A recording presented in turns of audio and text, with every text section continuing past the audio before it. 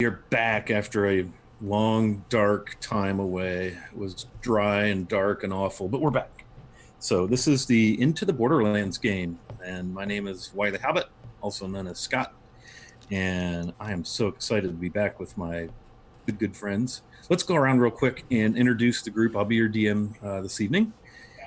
Oops, hang on, I can hear myself. There we go.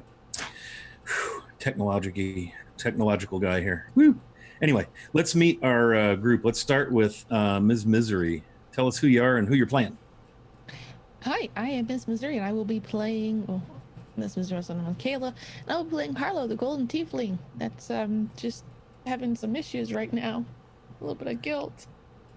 I think we're all having some issues. Speaking of issues, let's go over to our friend Shanalogic. You knew I was coming your way when I said that, right? I could feel it in my bones. Hi guys, I'm Shannon, Channellogic across all the internet, and I'm playing Flint, the Genasi Ranger, who's got a little bit of a facelift now thanks to our good pal Corey and Sean with their revised Ranger on DM's Guild. Very awesome, very cool. It has this thing called Resolve, and I can basically make healing potions too. So now it's gonna be interesting. And as far as her life is going, she's having an existential crisis of matters of the heart. So, quintessential gay stuff. Back to dumpster fire mode. Oh, yeah. Absolutely. Someone just poured gasoline on it. Nice. Hey, Archidevin / Utilitas, tell us what's up, sir. What up? Hi, I'm Devin. Archidevin on Twitter. I need to change that. I don't like that Twitter handle. Whatever. Yeah, I play Pavel, the human fighter arcane archer. Looks like a woodsy type. Knows a lot of books. He's a book guy and a woods guy. Yeah, smarty pants. Yeah. A little annoyed that he can't use most of his knowledge, though. But other than that, it's a fun character. The campaign is young. We're only 20. This will be our 21st session, so we have much more time for you to use your book smarts there, Pavel. Well, maybe. We'll see. Last, and certainly not least, the most of us, in fact, anatomically speaking. Tell us what's up, Abby. Hi, I'm Abby. I'm a Scothodio across the internet. I play Lethiris, the level 5 Minotaur Barbarian. Farm boy. Overall soft farm boy. Not the brightest bulb in the box, but he tries his best. Currently serving in the role of moral compass for our party. I thought he was he's the emotional support barbarian. And the emotional support Minotaur Barbarian Farmer. Mm-hmm. Yes, indeed. What a mix we are. So yeah, we've been going at this now for 21 sessions of D&D. That's, times 3 to 4 hours a session. That's plenty of D&D right there, and I'm excited to be hanging out with these fine people. We're still missing our buddy, likes the villain, Sheena, who's not feeling well this evening, so she'll be unable to join us. When last we were hanging out together, our group was traversing the Flinty Hills. They had been on the road for a couple of days, having left an elvish encampment. We were in the setting of Greyhawk. They were on the kind of the northern edge of the kingdom of Nyrond, and they're making their way kind of southeast from there to a little trading center called Stonemeat, where a couple of trading roads cross in the middle of the Flinty Hills. And the last session, they were put upon by a couple of stone giants who apparently were out hunting, and a couple of really large panthers. And we spent a good portion of that session dealing with those folks. But as much as I tried to kill them, they managed to stay alive and take down their foes. And then we had a really nice treat. Lethiris got to do a little backstory workout, and we ran across some friends of his, the Slate Forges, the caravan that Lethiris traveled north to this part of the Flaness. And it was a warm, almost tearful reunion when Lethiris was able to reconnect with his dwarven friends from the caravan, the Slate Forges. So that was pretty cool. And Lethyrus got a little news from home because the Slate Forges had brought a letter from Lethyrus's mom's, and so that was pretty cool. And we're going to pick up our game as they part company from the Slate Forge caravan. The caravan is heading north and west in the direction headed to the Theocracy of the Pale. And the party is headed the opposite direction to Stonemeat. And according to the Slate Forges, your distance from Stonemeat is, let me get my map out here, is not long. You're gonna make it to town before lunch. It is the sun is up. It's maybe 9 in the morning. It's summertime. You've been on the road about 21 days since you left High Meadow Manor and Lord Thanon on your mission to find Zeliger's Bane, the Star of Ages. And you've found that item, but you have questions and suspicions. And so you're making your way east to find out what's going on.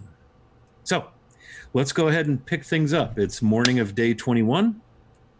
You've gotten up and gotten at them. You've parted company from the Slate Forges and their caravan. You had, if memory serves, I believe you did some trading, some weapons purchasing, A little bit. A little bit of that sort of thing, and you're ready to make your way in the direction of Stonemeat. Is Harlow still hungover? Oh, she's suffering. She's just trudging. Yeah. Trudging along. I'm gonna probably nicks the flint and just kind of holds on every once in a while. I'm gonna pull out a root from one of my bags. I'm like, if you chew on this, I think it should help. I mean, it helps me with headaches. I don't think she just says and just sits there and just nods or walks by just gnawing for a couple of minutes. All right. Should I tell her what it really is? What is it? Probably not. What is it? Okay. What is it? Well, it's actually part of a really big bug I found once. Do I hear that? Can I roll to see if I hear that? Yes, Yeah, you roll can. perception. And I'm gonna roll deception. Would it be sleight of mouth? Ha! Natural fucking 20. Same. Wow. EM roll. I'm okay. I'm gonna go high low. High Harlow. Here's low. Harlow does not. I rolled a 3. So you hear don't- murmuring and chuckling, but you're really not sure what was said between Flint and Pavel. I just sort of shake my head and walk away.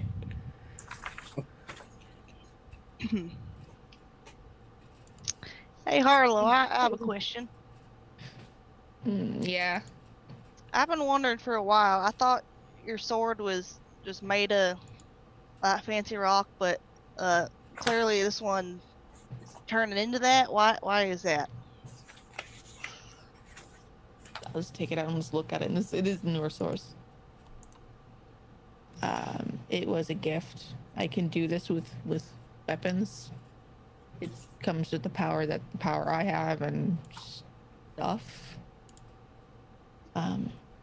So I can move what makes this weapon special between a new one and an old one as long as I have spent some time with it. A Doesn't gift really from who? Much. Just makes it look like the gift.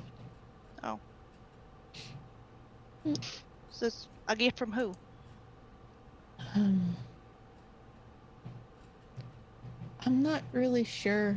Kind of came to me in a dream, and I woke up with this sword, and eventually with Sonia.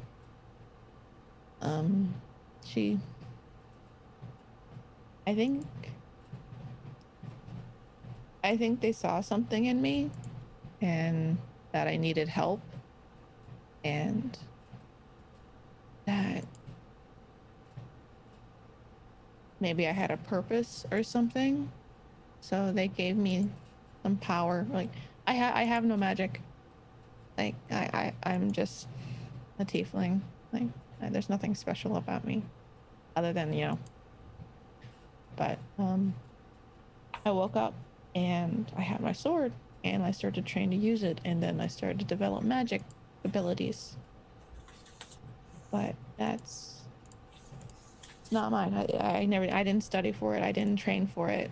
It just sort of happened, and along with the sword. So controlling it is fun. I kind of hurt somebody once before I really knew how to control things, and my sword master Levi, we were fighting one day and I got really frustrated and I hit him and I didn't realize it, but I hit him with the thing I do with the gold ball, Eldritch Blast.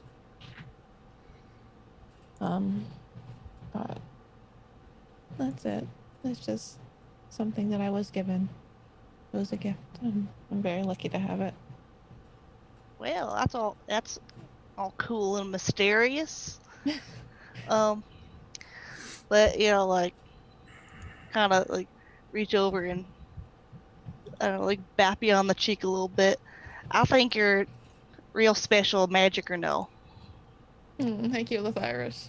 And I'll again kind of grab shoulder, kind of reach up, like again, just half sick, just gonna scratch him on top of the head. And then curls. He leans down to help you out. And then just go back to chewing on that twig. And just kind of clumping along, just Wait, sort of do I function. recognize what that is? No, you don't. It's definitely not the antenna of a very large cockroach.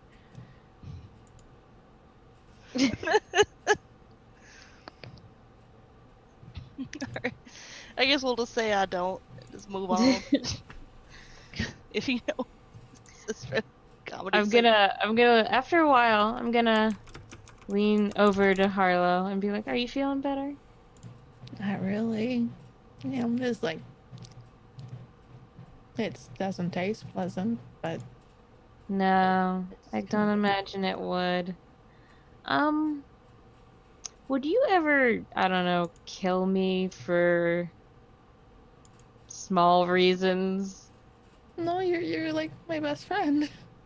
Awesome. That's actually a cockroach antenna that I gave you to chew on. Harlow's a weak so I'm pretty sure she just would vomit on you at that point. That breakfast with pancakes and bile just down your side. You know, I'd say I don't deserve this, but I'm far too self-aware. I earned this.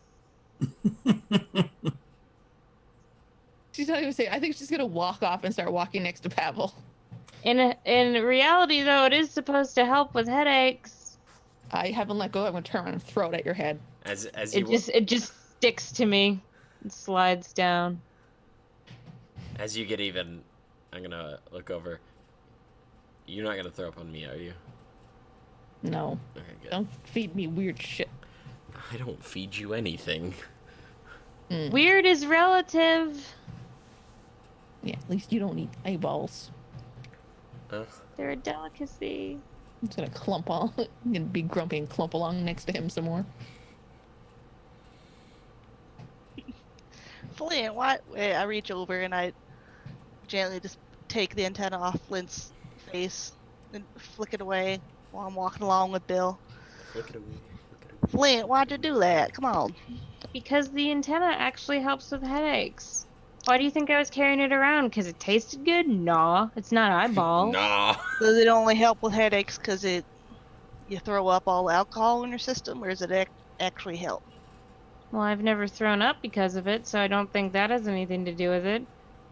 It always helped me to chew on something. Also, Flint, what she had wasn't really a headache. It was a hangover. They're a little different. What's a hangover? It's where you drink. Butter. It's where you drink too much and you get sick. Oh. A headache is just part of it, but not really all of it. Did throwing up on me help? A little. Okay, glad to help. Alright, well, if you say it helps with your headaches, I'll believe you. I mean, it helps me, but a lot of stuff helps me. Yeah, I I've noticed Harlow doesn't have quite the rustic stomach that you do. I believe I've heard some gentlemen say the testicular fortitude to handle most of these things. Yeah, the That's cojones. Yeah. I also don't know that it's technically right, but okay.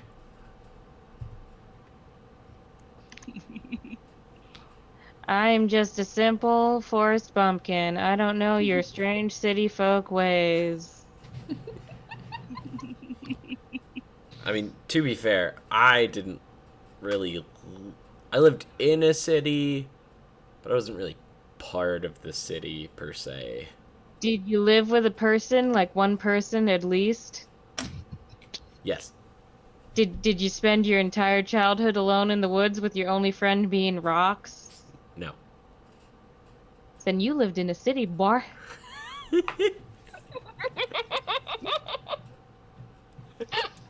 Boy.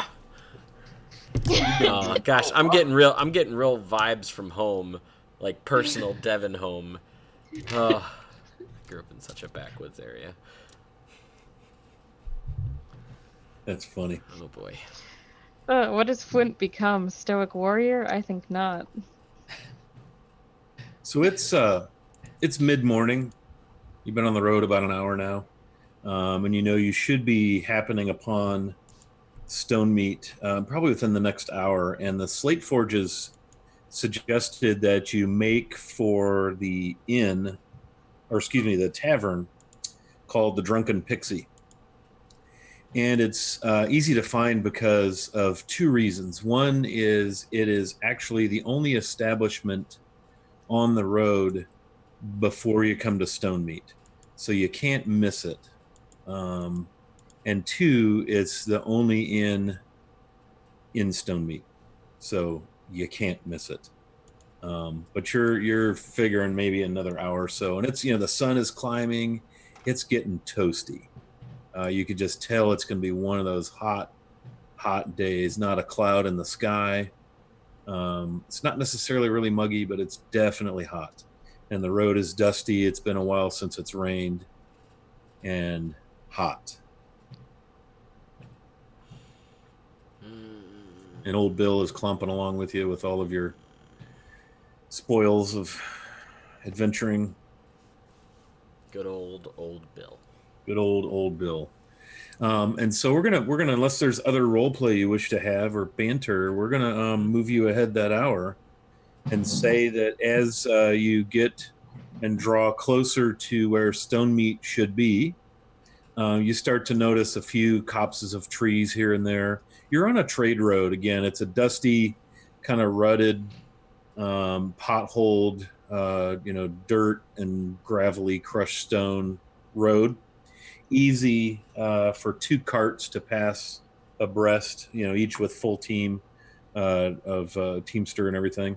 And it winds its way through the Flinty Hills. So you're still in quite hilly country. And where you're coming into it, actually kind of the hills, you kind of come down out of the hills a little bit into a bit of a plain flat. It's still a little craggy. There's rock, but it's not as hilly as it was. It kind of flattens out a little bit. And you're noticing more thicker copses of trees here and there. You can see off in the distance on either side of the road at points like larger stands of trees. And as things kind of flatten out, you notice on the right side of the trade road that you're on, which would be the south side because you're headed fairly due east. At this point, you see a low single-story building on the side of the road. It's back far enough that if any teams or carts, wagons, anything were tied in front of it, they wouldn't be out into the trade road. It sets back probably 40, 50 feet back off the road. There's some trees in front of it. And you can see a sign not only out by the road, but also on the front of the establishment. And it says right on there, the Drunken Pixie. And it shows a pixie, which you assume to be a pixie, holding a flagon. And instead of where it has eyes, it has X's. and it looks like its tongue is hanging out, and it's kind of like that, I would have. and it's I would what have. you would believe to be the drunken pixie. I would have assumed this inn to be a tad larger. It's kind of a cabin, moss roof, cozy looking, single story, but it's large. You would assume there's full kitchen, good sized tap room. It's probably, oh gosh, I would say maybe 40 feet across at the front, and it goes back 80 to 100 feet back, Hmm. and there may be another section off the back of that. So it's a good sized roadhouse, if you will, tavern. Roadhouse. Yeah. Do they have stables? We need to put Bill in. He needs a good water and brushing after everything. Yeah, you don't see him around front, but you can see where tracks and wear and tear have gone around the east side, which you're approaching from the west, so it's kind of the far side of the building. Looks like there's kind of a wagon, rut kind of area where you can tell that horses and carts have probably been pulled around the building. So your assumption is there's probably stabling either on that side or maybe in back. There are also places to tether animals in the front, hitching posts and so forth. Why don't one of us and Lethyrus go take care of Bill while the others go get a room? Because we have a lot of stuff on Bill we don't want to leave out. Yeah. I'll go inside with whoever wants Okay. to come. I will go with old Bill because I'm covered in puke. Yeah, Okay. I'll follow. I'll wander in with Pavel. All right, it's the dream team. Yeah. Okay, so Lethyrus and Flint are going to go stable Old Bill. Hmm. Okay. Yes. So we'll start with them. So Pavel and Harlow, you're going to enter and pause your storyline right there. And we will start with Flint and Lethyrus. You go around the east side of the building, and sure enough, you can see that there's been a lot of hoofed traffic, booted traffic that follows around the south side of the building. And when you follow that around, you can see a large stable area, watering troughs, a couple of like it looks like where they draw water from, that sort of thing back there. And a young human lad dashes up. Hello, can I help you? Do you need to stable your mule? Yes, we do. But I'm also, Ted. hi Ted. Ted? Hello. Good I night. have a slight strange request. What's that? Can I jump in the water trough real quick? He looks at you, and then the breeze from which he is downwind, and his eyes get really big. I think that would be a good idea. He kind of Wait. takes a couple steps back. Thank Because, you. the smell of vomit from like an hour ago that's been baking in the sun, mixed with road sweat and Hey. grime. It's pretty Flint. ripe. Hey, no, don't jump in the trough. Get a bucket or something. Okay. You don't got the water all dirty. You got a bucket there, Ted? Oh, yeah. Let me get you. I'll take what's your animal's name? And he walks up to old Bill and he kind of rubs his neck a little bit. You could tell this kid loves what he does, handling animals and so forth. And he's like, oh, Bill, come this way. Come on. And he leads him away, and he comes right back out. He kind of disappears into the stable area with Bill and comes right back out, closing a gate behind him so that Bill can't wander back out. And he's got a bucket, and he brings it up to you. By all means, before you go in. And he smiles and kind of, whew, I'll fetch a towel as well. I'll be right back. Can I get Thank- anything for you? And he looks up at Lethyrus like, wow. No. Could I grab Bill's stuff before Tad takes him away? Oh, sure. He's just in here. If you want to come back here, and he opens the gate into this kind of open pen that's All right. covered in the stable, and Bill is just hanging out in there doing Bill things. All right. I grab all the stuff off Bill. I give Bill's side a little pat, and then I wander back out to Flint. I have doused myself with the bucket. Okay. Tad will leave you to your bathing. You would guess if you had to put a number on it. You know, he's human. He seems like he's probably 12 or 13. Fairly sturdy lad. Flint, you and well, both you and Lathyrus, with your experience with animals, can tell he knows his way around both ends of a mule and any other stable, horses. He treated Bill very well. And after 5 minutes, he comes out. Is there anything else I can get for you? He grabs his bucket, kind of looks at it to make sure it's not got anything nasty in it. Oh, no, I think we're all right. You all right, Flint? Never been better. Did you get in all the nooks and crannies of your armor? What armor? All right, you don't wear armor. Only I wear the most armor. Yeah. Boy, You didn't get puked on. well, Harlow won't puke on me. I didn't give her a cockroach antenna. I was trying to be nice. I know you were. It was a good effort. All right, turn back to Tad. I think we're okay. All right. Very well. I'll keep a close eye on your mule, old Bill.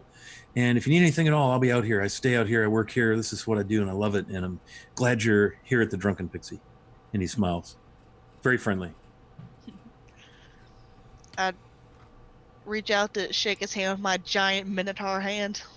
Yeah, he confidently but a little amazed. I mean, you're at a trade crossroads almost. So this isn't. It's not like he hasn't seen a minotaur before, but it's not an everyday occurrence. So he's not completely shocked, but he's kind of like almost, the way he looks at you, like he's admiring you, like magnificent, wow, kind of thing. And he shakes your hand. I preen a little. Nice. Yeah. You do like the big cow tongue. No, I mean That like, kind of preening. no. I'm a gentleman. I was like, Flex a oh yeah, like. Anyway, that mental image in my mind now. Yeah, you're welcome. Glad I could help. Sweet. Yeah.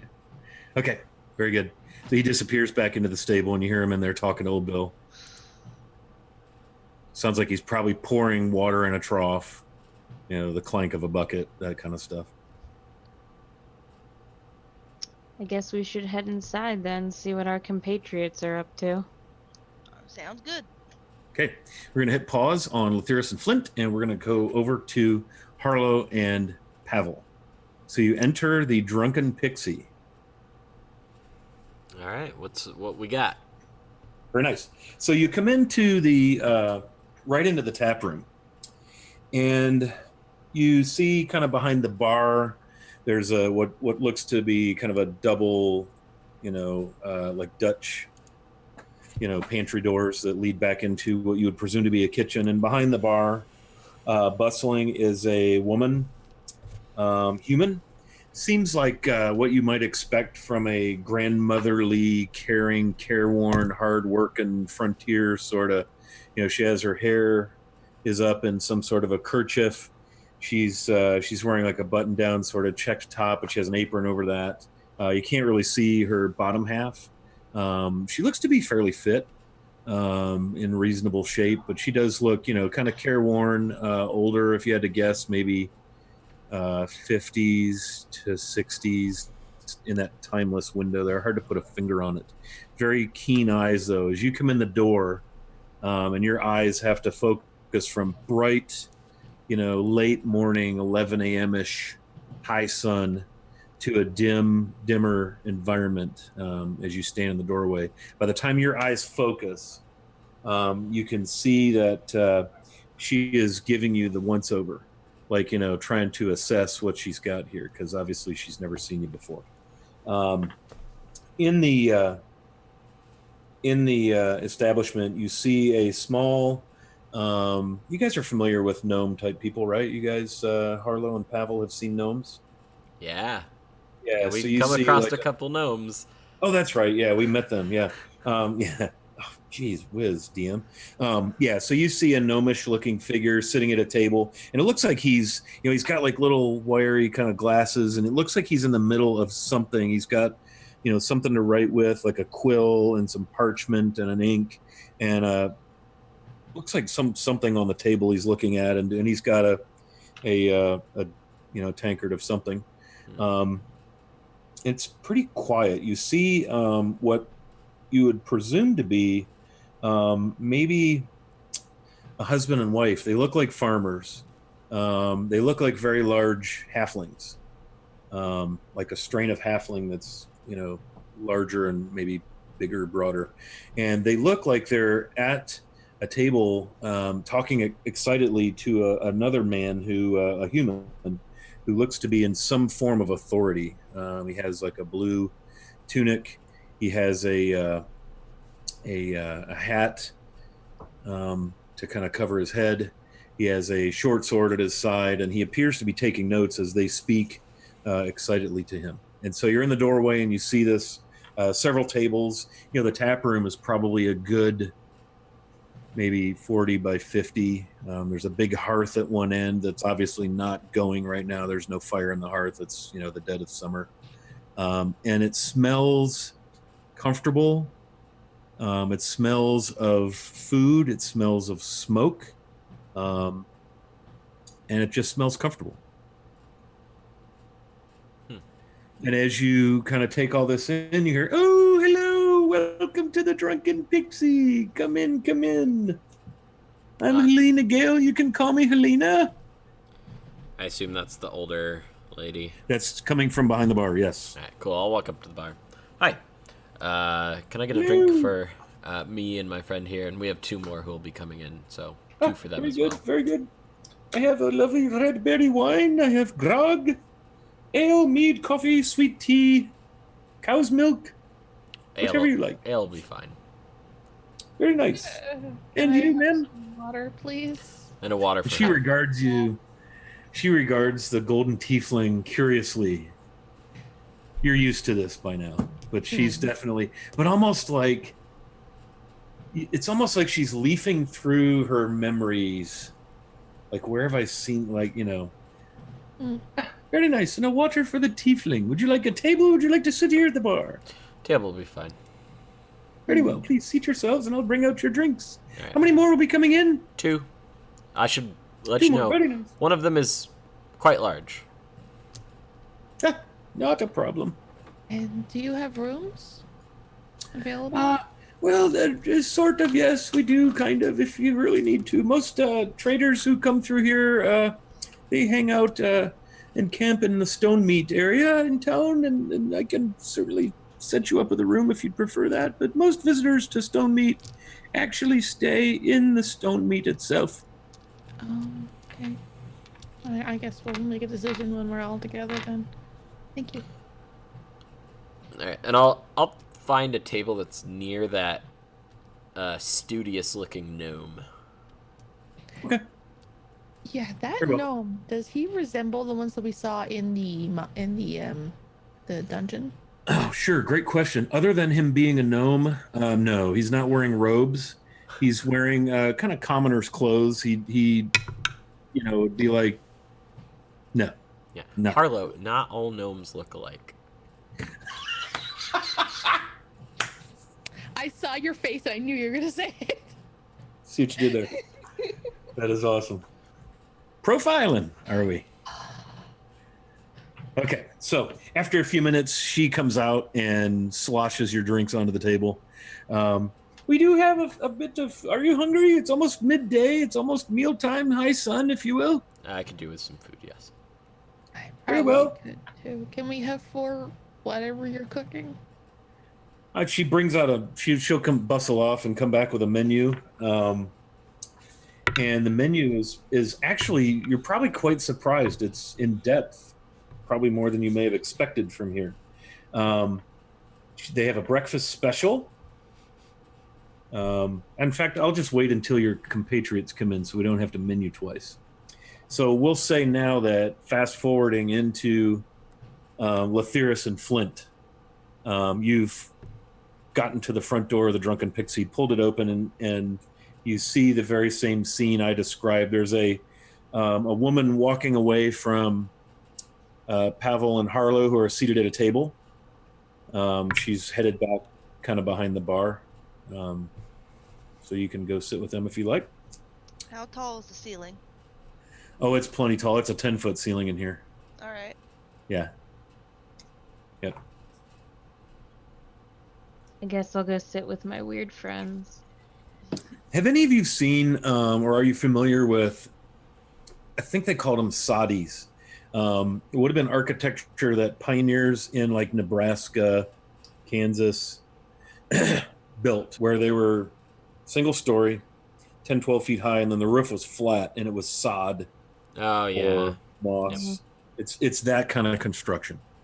Okay. Once you get inside, you can see that the roof is wood rafters and so forth. But on top of that, probably to insulate from cold winter, hot summer, it looks like they probably periodically lay sod on there just to help insulate.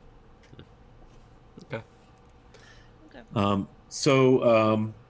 Helena comes back to the table with some parchment and presents you with menus. What can I get you all to drink? We've got milk, water, tea, coffee, ale, grog, You already brought us ales, remember? red berry wine. Oh, did we bring ales for the other Yeah. two? Okay, I must have missed that. Sorry. So there's 2 ales waiting for you, one for Flint, one for Lathyrus. She puts the menus down. I'll go back and I'll be back in a moment. Very nice to see you, by the way, new people. Welcome to the Drunken Pixie. I'm Helena. She seems a little eccentric and a little absent-minded, maybe. And she walks with a bit of a limp. I love But- her already. I was gonna say, can we bring her with us? I'm You used to just- that. No, Man, we're you not going to just be don't- those players Yeah. who try to adopt every NPC. Fine. On the menu, fresh breakfast special. It's a big omelet, giant omelet, fresh veggies, cheese inside for 2 silver. Helena's sweet plate. There's a fluffy sweetbread topped with strawberries and thick cream. That's a silver. Hiker's pick. Combination of foods you might find in one's rations, only fresh. Nuts, dried meats, dense, heart like bread, crusty bread, dried cheeses, things of that nature. 3 copper. Mystery meat pie, a thick meat potato stew baked into a fluffy crusted pie. This is the description on the menu.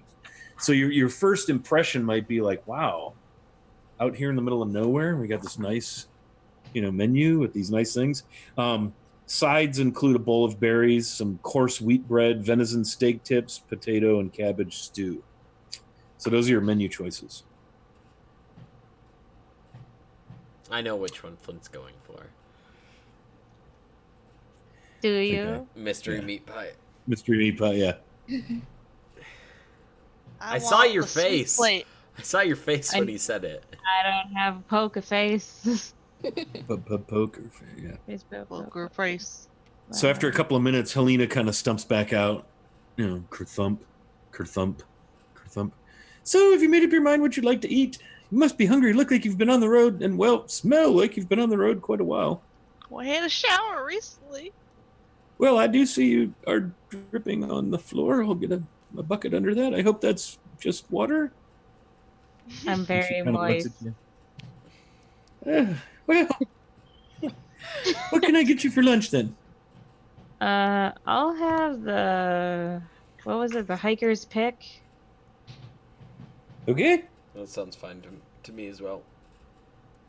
Can I have the omelet and the sweet your sweet special thing and a She bigger smiles glass and of water? blushes. Oh, you're going to love the bread. I make it fresh every day. Thank you. Lathyrus?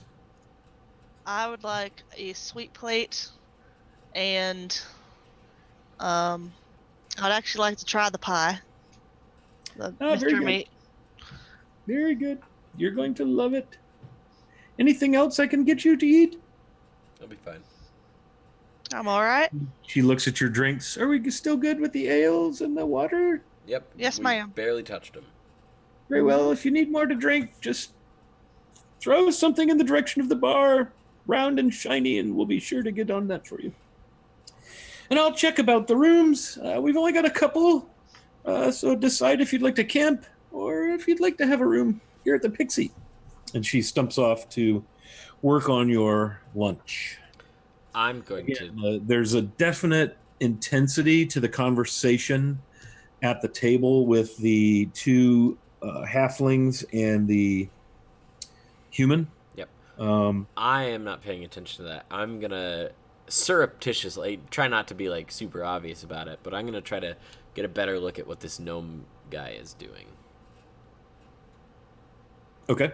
It looks like he's working on something, and by working on it, it looks like a mechanism or part of a mechanism. You don't know what the hell it is, but it has, arms and rails and things that move, and there's padding in a couple places. And he farts around with it, and then he'll maybe write something down, and you can see him kind of cursing under his breath, and he'll stop and think. And he just seems completely engrossed in whatever it is he's doing. Every now and then he'll take a drink out of his mug. I'm gonna stand up, walk over to his table, and sit down. Hi. He looks up a little startled. Oh, well, hello there. What? Hello. I'm quite curious as to what you're making there. And he has a little gnomish goatee, but no mustache. And it seems he's fond of stroking it.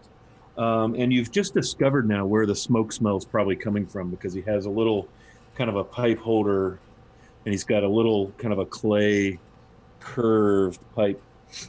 It's not lit at the moment. Nothing's smoking out of it. Dilius is my name. Who are you, friend? Hello, my name is Pavel. Well, very nice to meet you. Yes. So what can I do for you? Oh, like I said, I was just quite interested in what you were making there. I've read about small mechanical constructs before, but I've never actually met anyone who's built them. Really?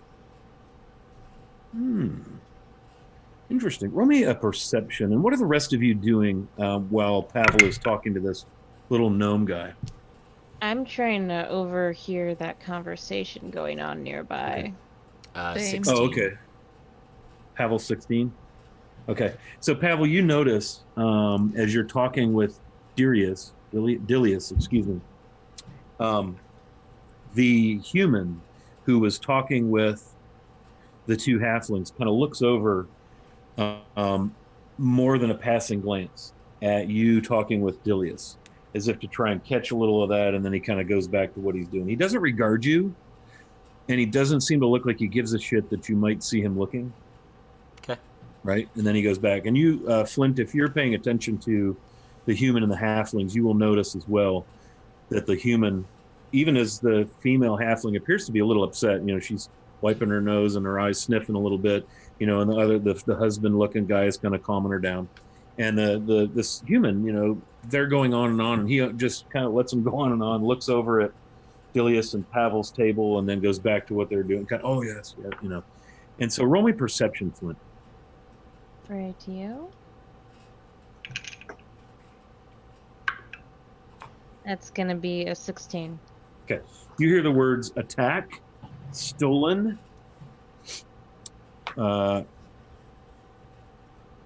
escaped with our lives, and like ogres, bandits, something like that in their conversation. And all our stuff is gone. This kind of what you're picking up. And it looks like he's like taking notes or something. Pavel, you asked him about his contraption. I did. Oh, yes. Glad you. And he like puffs up, all like clearly excited for the opportunity to explain. What we have here is what I like to call it's a cackleberry transportation system. Really, is what it is. See? And he kind of looks at his notes, and I haven't named it officially, but what it does is if you see, we're our area here, we do farming is the thing, and chickens and eggs and produce, and I like to help the community, see, and you can if you notice, Helene kind of makes a loop around your table and looks at him very suspiciously as he's starting to explain this. And he kind of gets real quiet, like he doesn't want her to hear. So it's an egg catcher. And he kind of sits back and waits for you to be blown away with what he just said. Interesting. By what mechanism does it catch the eggs? Oh, right. So it catches them. You see that, and he, moves it over, and a piece falls off of it. And he's like, "Oh, well, it's not done yet." You see, but and he kind of tries to get it back on there. Okay, so the egg drops in here, and he has a small stone, a few of them, and he drops it on there, and then the stone, and it's round. He looks like he's like kind of grounded, somehow gotten it to be egg shaped-ish, and the stone starts to wobble down this kind of a chute, and then it kind of hangs up on something. He's like, "Oh, well, the idea is it catches the egg and then it rolls into another area down here, but this is only part of it. And then they can collect the eggs without disturbing the birds. And the idea is to have a number of these in the coop, and then they all funnel the eggs down. It's purely mechanical, nothing magical. It's a cackleberry collector thing. Yeah. I thought you said it's an egg No, collector. magical? Not magic. No magic here. Nope, I wouldn't ever do that. Magic. Insight. And you can see when he says that, he appears to regret having said it loud enough for Helena to look over, and the other dude at the table, the human, to look over almost simultaneously when you hear the word magic. And you can see the eyebrow on the human kind of. Well, that's fine. What's a cackleberry? I thought you said it's an egg catcher. Oh, cackleberry. Eggs. Cackleberries. That's eggs are cackleberries. Chickens cackle, they make berries. Cackleberries? You never? No. In fact, I've never heard of that. Well, us inventor types, artificers, we have our own way, really. So I'm not surprised, and you could tell he's like kind of patronizing a little bit. He's quite self-impressed. What other kind of things do you make? Tell you what, Pavel, give me an intelligence check as you're looking at this contraption. That's going to be a 19. You're skeptical that this is going to work. You're kind of like little janky. Do you have anything else? I'm fairly interested. Really? Perhaps anything that's done. He looks over at the table with the halflings and the human, kind of leans in. Well, of course I have things. Very useful, helpful things. Not so much approved by those around here necessarily. And he looks over at Helena, looks back at the table. Well, guess what? And as you're talking, I'm not from around here. And his eyes get really big. A couple of younger humans come in, and by younger, I mean younger than the guy at the table. They look to be early 20s, probably coming in for lunch. They grab a table, start, chatting it up with Helena, obviously locals. I'm in the business of making things. In fact, so you're not from here. Where are you from exactly? He's stroking his beard, and fusses with his glasses a lot. And now, you seem a learned man. Well, yes. Thank you for noticing. Are you familiar with the Erdian Coadjutancy for the Independent Practitioners of Magecraft and the Mystic Arts, otherwise known as the Nexus in Relastra?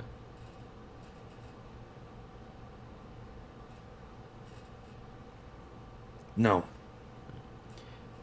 Can't say that I am. Is this a new thing? Oh no, it's been around for many years. I'm quite surprised that someone as learned as yourself isn't aware of one of the largest schools of mages in the entire continent.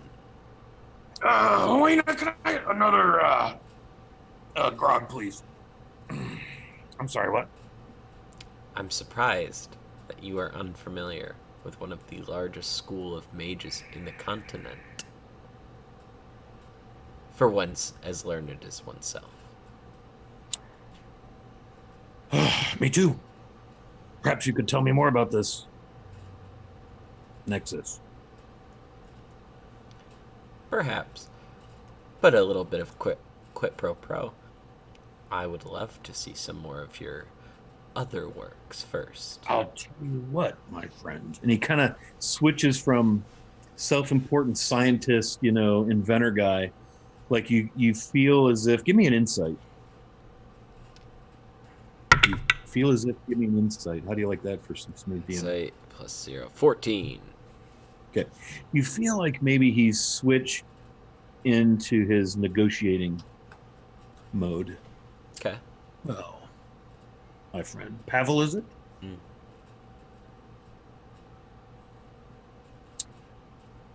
If you could perhaps do me a favor, it's a small favor, really, but it would be very helpful to one such as myself, learned and all.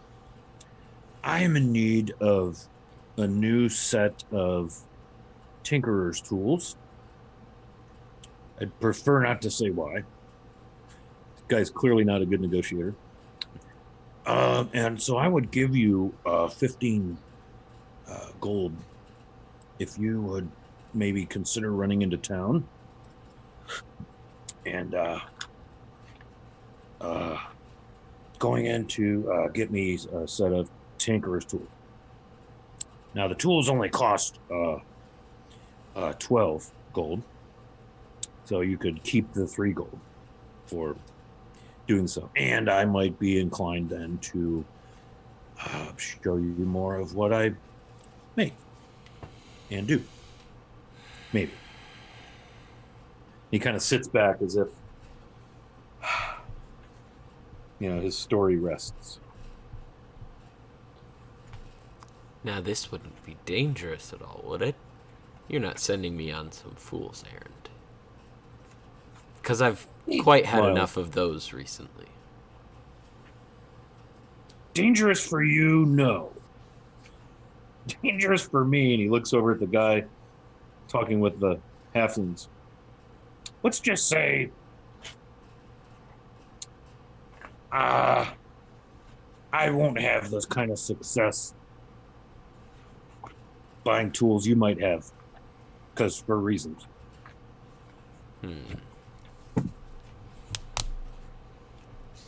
Agreed. He strokes his beard. Oh, so you'll do it?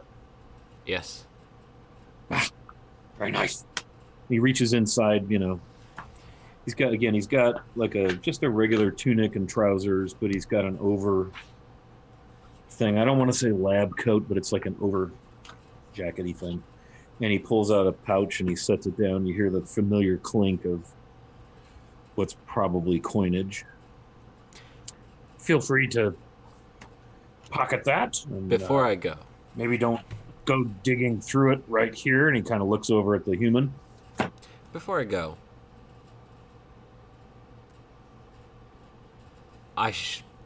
there won't be any problems of procuring this particular set of tools, would there? Seems like you're unwilling or unable to go get them yourself, so wouldn't it seem suspicious in general if people were trying to buy them and didn't seem like the type to try to buy them? Oh, you worry too much. This is a trading settlement here in Stonemeat. I assume you've not been here. I've certainly not seen you here before. So such things are bought and sold, traded all the time. It would seem that I may have worn out my welcome with a certain element, and I really need some new tools for reasons I'd rather not divulge. Say no more. I'll see what I can Give do. me a perception check. It might help if I don't throw my dice all the way across my desk. Nat 20. So as you look at this guy's, coat and all, you notice that it looks like it might have been burned a little bit or singed. Like this jacket he's wearing. And you notice there's no hair on his hands, knuckles, and that seems odd to you for a gnome. Yeah. I think I understand. I'll stand up. Will you be here until later? He stands up and almost knocks his tankard over, kind of catches it. Kind of reaches up to shake your hand. Again, Dilius Caramo. Pleasure to meet you, and I will be here. Yes, I do live in town, sorta, but I will be here. Yes.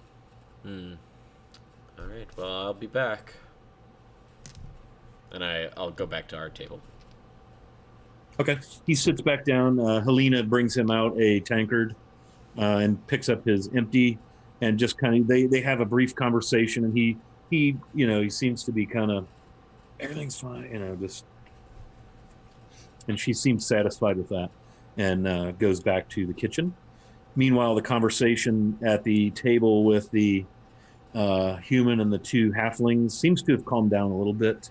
The human was never not calm, but the two halflings, particularly the female, was agitated and upset. And the two humans who have taken up a table, Helena came, met with them, took orders. And as you're all back at the table together, Helena comes back out. Oh, here we go. Let's see. No, you had the hunter's pick, if I recall. And she sets it in front of you, Pavel.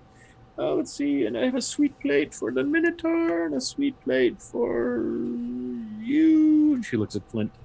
And Flint, you also had a hiker's pick, right? And How then do she you know my name? Yeah, shut up. That was a DM meta fail.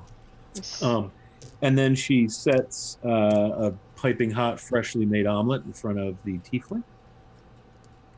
Have we got everything? Oh, and a sweet plate for the Didn't the tiefling also order a sweet plate? Yes. I ordered an omelet and a sweet plate because she plans on eating a lot. Yeah. So yeah, you're doing the drunken hangover breakfast thing. Yeah. Everything good? More drinks, perhaps? That will be all. Thank you. Pavel, she leans down to you. Very close. Mind your P's and Q's with that one. He's a bit of a mess. Yeah. I can tell. Just be here. A good soul, but a bit messy. And she kind of stumps off back to the bar. And you are there with each other in your breakfast, brunch, lunch, midday meal. What were that about? I don't know. He seemed interesting. I wanted to see what he was about. All right. We'll have to pick something up from town. What are we picking up? Set of tools. Nothing. You're not going to elaborate on that? I mean, that's about it. But he needs them. Claims That he man can't. doesn't look like he should have anything other than a dull spoon. It's a bit of a. I give him that, he gives me information thing. All right. So. You ever worry that one of these days your lust for information is going to get you killed? If it happens, it happens. No, Okay. gotta die someday. Alright, you are all depressing. I'm going to tuck Alright. into my food. Yeah, let's try to prevent that at the very I was least. getting ready to eat. You were the one who asked me You were the one who asked me the question. I was wondering what you were doing. You had to be all like cryptic about the tools. As you're dining and chatting, there's been a few more groups of what looks to be maybe people coming in from the fields or from other somewhere, work, lunchtime type crowd. All manner age of humans. You see a group of 3 half-elves, all male. You see a couple tables of halflings coming in, some of which come over to the 2 halflings that are sitting with the male human. and kind of looks like they're maybe kind of hugging and offering, like they seem oh my goodness, fussing a little bit over the couple. You see some people bringing them pouches and so forth. So it looks like it's high sun, lunchtime, and that the inn is kind of filled with its usual patronage. Okay. Can I do a perception check to try and hear what's going on with the halflings and the human? Okay. Can I assist so he has advantage? Absolutely. Oh, good. I need that. It's 15. Okay. I mean, that's a great roll. You also overheard, well, now, you're doing it now, so Flint heard what Flint heard. You're hearing things like, oh, we're so glad you're okay. Were you hurt? What will you do now? All sorts of things of that nature, kind of fussing amongst a couple of what looks to be maybe a couple of family of halflings. The tall human stands and excuses himself from their midst. And he moves to the bar and sits down and looks like maybe he's talking with Helena, just opening, you can hear her voice, that melodious, cackly sort of voice, talking about lunch and, concerns about things on the road and, stuff like that, but nothing in detail. I'm gonna get up and go over to the halflings. Okay. I go talk to the human while she does that too. So, Harlow and Flint, you're going to go over to the table where the two halflings are? No, I'm gonna go where the human is. Oh, I'm sorry, you're going to go to the bar? Yep. Okay. Let Flint go first. We'll start with Flint. All right, I'm gonna walk up and be like, excuse me, I hope I'm not interrupting anything, but you seem to be in a degree of distress. Is there something I can do? The male, they both look up, and she kind of tries immediately to kind of, pull herself together. And he stands up and offers his hand and, kind of half bows, not ceremoniously, but warmly, at your service. Gil Bagley, this is my wife, Mary. And yes, please have a seat. Yes, you are. They call me Flint. Flint, very well. And he eyes you curiously, like, you're so used to this by now. Yes, please have may we help you? Well, I'm more interested in helping you. Something seems wrong. Oh, well, yes, yes. And she just sits there quietly, like she doesn't want to speak. But she looks at you intently and appears happy to let Gil take the lead. Yes, my wife and I, we were bringing some things to the tack and harness. And we were coming in on the East Road, and we were set upon by a number of scoundrels and brigands and had valuables taken from us, and they tried to drag us off. And a horse, man on a horse, and they scattered, and they threw Mary down here. I was gonna fight them, but there was so many. I think they were ogres or orcs or some. I don't know. They were big and hairy and had pointy ears and fang like teeth, and they smelled. And you can see her roll her eyes, as if maybe the story is starting to evolve a little, because the other hobbits, halflings, have not left. They're kind of gathering around, and they're all listening as he's telling this story. The human at the bar kind of looks back, and he's watching a little bit, and then goes back to whatever he's doing with Helena there. And I mean, we're okay, but a lot of our seeds were our seeds, and we were gonna sell. We had a cart, and the cart is ruined, and all our produce, it was terrible. All our money that we had with us, everything. He kind of looks down, and she kind of wipes a tear.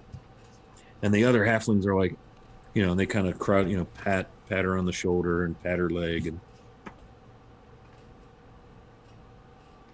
Can the Thieves hear any of this?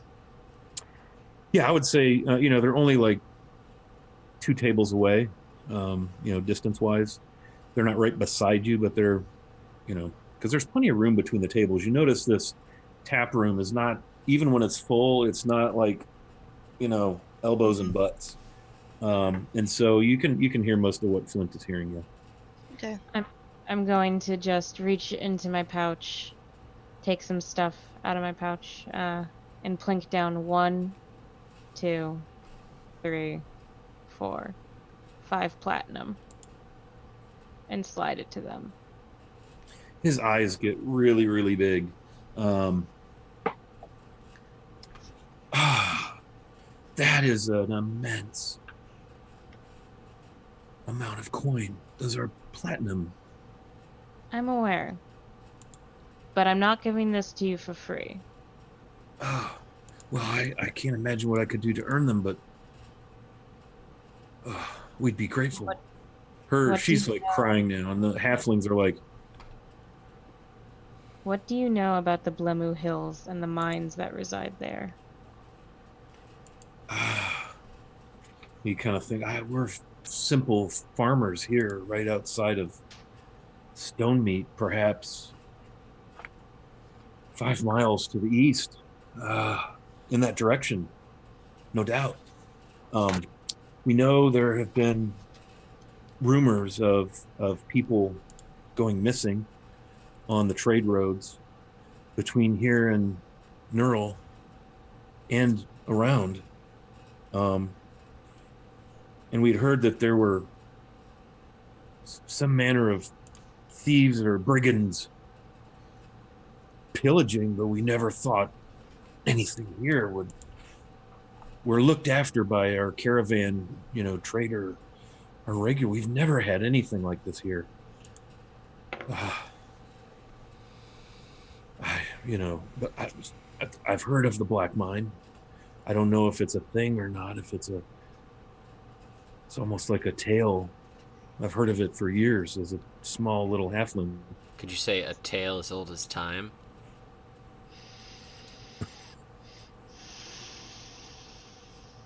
Sorry.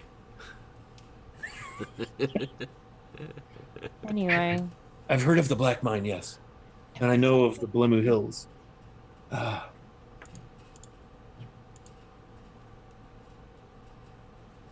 Tell me, Gil, was it? Gil, yes.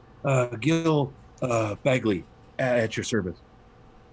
What do you know, Gil, about the undead? His eyes, he just immediately reacts. I know I never wish to encounter any, and I don't know if I believe in them, but I've heard tell that there's such a thing. I'm gonna just take off my belt, lay it on the table, and it's just scattered with tick marks, just tally marks. Okay. Gil, each one of these represents an undead that I have killed, so I very much assure you that they are real. He kind of pushes his chair back in a little bit of genuine fear, amazement. Not fear of you, just like all of a sudden the world just got really small and showed up at his doorstep type fear. But what I want you to learn from this is that they can be killed. Okay. And I want you to take this platinum, and I hope that it can make up for what you've lost, but I also want you to buy something to protect yourself. Whoa. Because these are dangerous times, Gil. These are very dangerous times.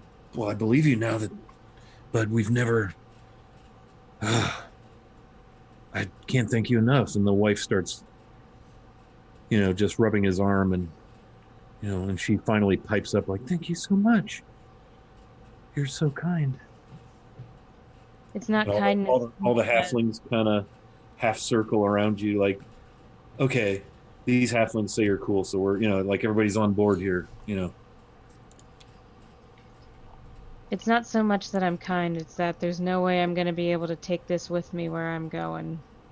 I'd rather people have it that can use it. Well, this will certainly. I don't know a lot about platinum. I know it's worth a lot more than gold, but with all the seeds we lost, that we were going to sell that at the tack and harness and goods at in town at Stone Stall, and this will more than make up for that loss for sure, and probably enable us to replace our cart. Well, good. I'm glad to hear it. What can I do for you? Well, you've answered my questions. You've heard my warning. Just cherish your family, okay? Of course, it's all we care about. We have Do you have 6 little kids? ones back at the farm, and they just both, as they mentioned the kids, they both just brighten up. You know, their faces flush, and then she kind of gets this look of horror on her face, like we should probably make sure that they're okay, Gil, and probably head back. You know, she's like, almost is it like, why didn't this occur to us? You know, now she seems very preoccupied that they want to get home. Well, that's probably for the best. Just take care of each other, take care of them, and Of just course. live What good would you life. suggest that we get to protect ourselves? Well, I've used axes, I've used arrows, I've used entire trees. He's just staring at you, like almost as if he's like mentally taking notes so he can recount his tale. They're not very smart, so your wits are your best weapon. Well, I don't know much about them, so I don't know if my wits will help, other than we have been good at surviving tough times. Well, We did have a run of wild boars a few years ago. We ran them off. At least the ones that we weren't able to kill. He kind of pats his belly. I'll be right back, guys. Sorry? I'll be right back. Gotcha. They seem now, all of a sudden, Flint, they seem pretty preoccupied with getting the heck out of there. Like, it just, like they're back to business at hand. The shock, the concern is worn off.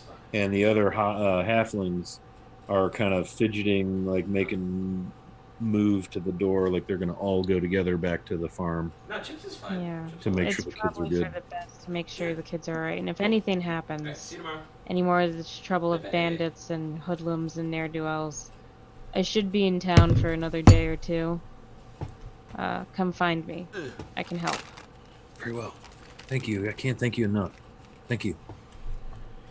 And they all kind of get up, and Helena, as he goes over to, looks like he's going to square up, she just waves him off, blows him a kiss.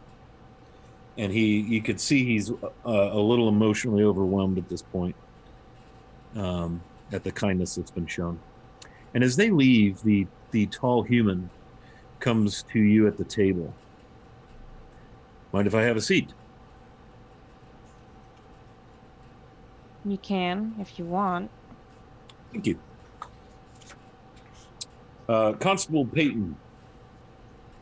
Well, and he kind of rolls his eyes. Constable, please call me Will. I almost said Walter. See what I did there? Walter Peyton. Who? I don't get it. Oh, it's a sports ball reference. I don't sports ball. Right. Okay. I couldn't help but overhear your conversation with the Bagleys. Obviously, you're not from here. Welcome to the Drunken Pixie. And he's almost at a loss for words. I'm not. What, if I may ask? Certainly none of my official business, other than concern for our residents in the area. Are you performing services for them? Are you involved in any way in the situation they've just been through? No, I just happened to hear people that needed help, and I'm offering help. That you did. He has a sheaf of papers with him. Go ahead and make a perception. Da, da, da. 9. Okay. They're papers. His arm is kind of across them, and you can see the tops of some letters. Like you can see the upper half of some words, and you're looking at it upside down. But if you didn't know better, looks like it might say reward.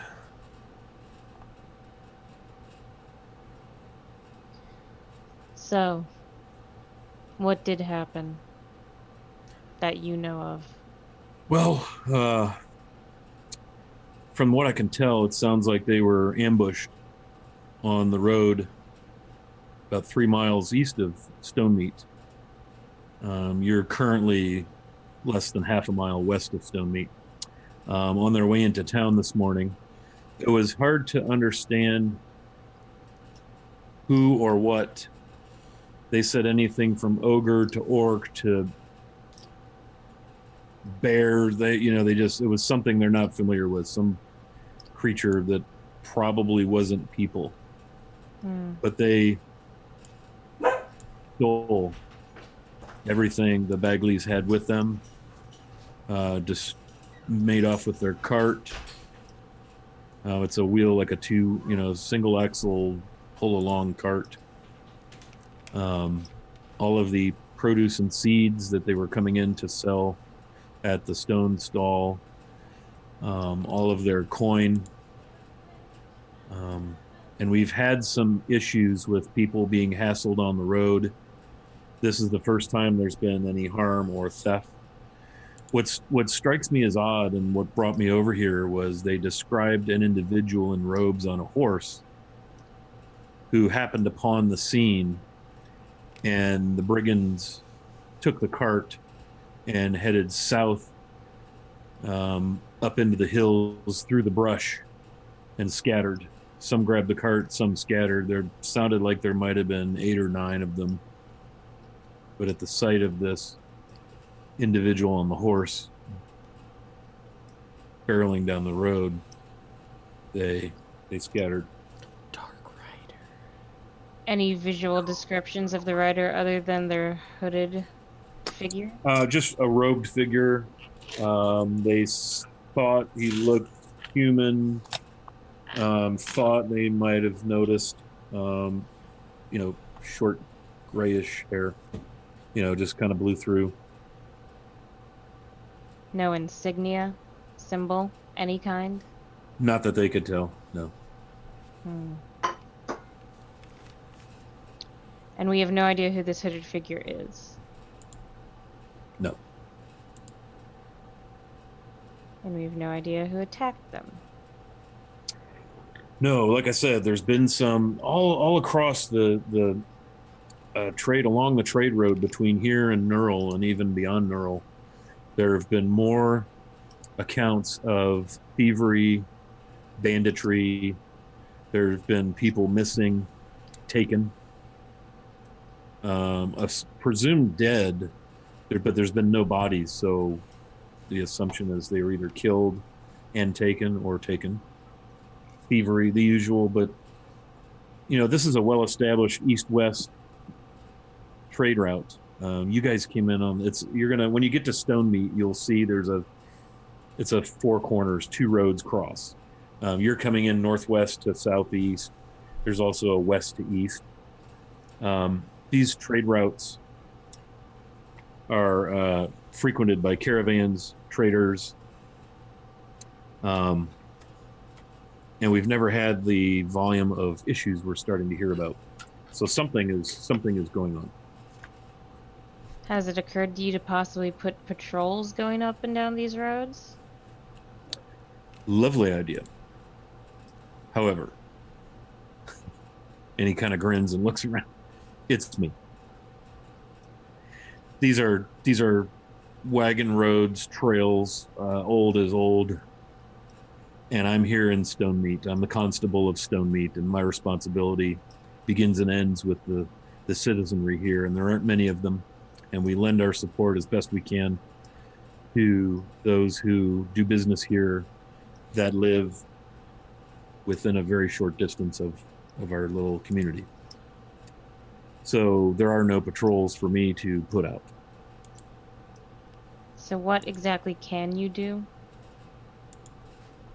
Hire people, and he kind of leans back and he turns a piece of paper and pushes it in front of you. Hire people, swords for hire, do-gooders who might be interested in making a little coin. And he says it loudly and leans back as the attention of some of the other patrons is drawn to you and Constable Peyton. And at that point, I'm going to call time and we're going to take a break. Cool. All right. Let me hit that button.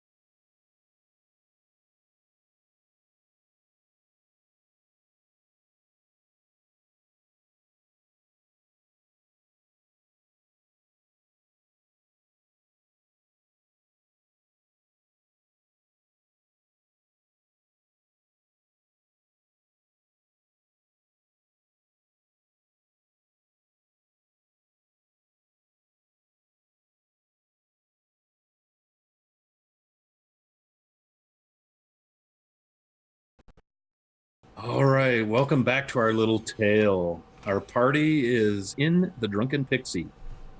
And this is not Honey, I Shrunk the Kids. It's the name of a tavern, the Drunken Pixie. They're having lunch, meeting the locals, and it seems they stumbled across or happened upon a situation where a halfling farmer husband and wife had been set upon by some form of brigands. And Flint is talking to the local constabulary person. Constabulary. Thank you. That's such a great word, and I can never remember it as constabulary. Constable Peyton has turned around an announcement, a handbill, if you will, and across the top, Flint, it reads reward. And at the very bottom, written in very large, it looks like it's hastily put together. 25 gold pieces per person who are willing to form a group to go investigate and bring to justice, eradicate by whatever means necessary the threat somewhere to the east of town along the East Trade Road. All comers welcome. And that's on the way to the Black Mine.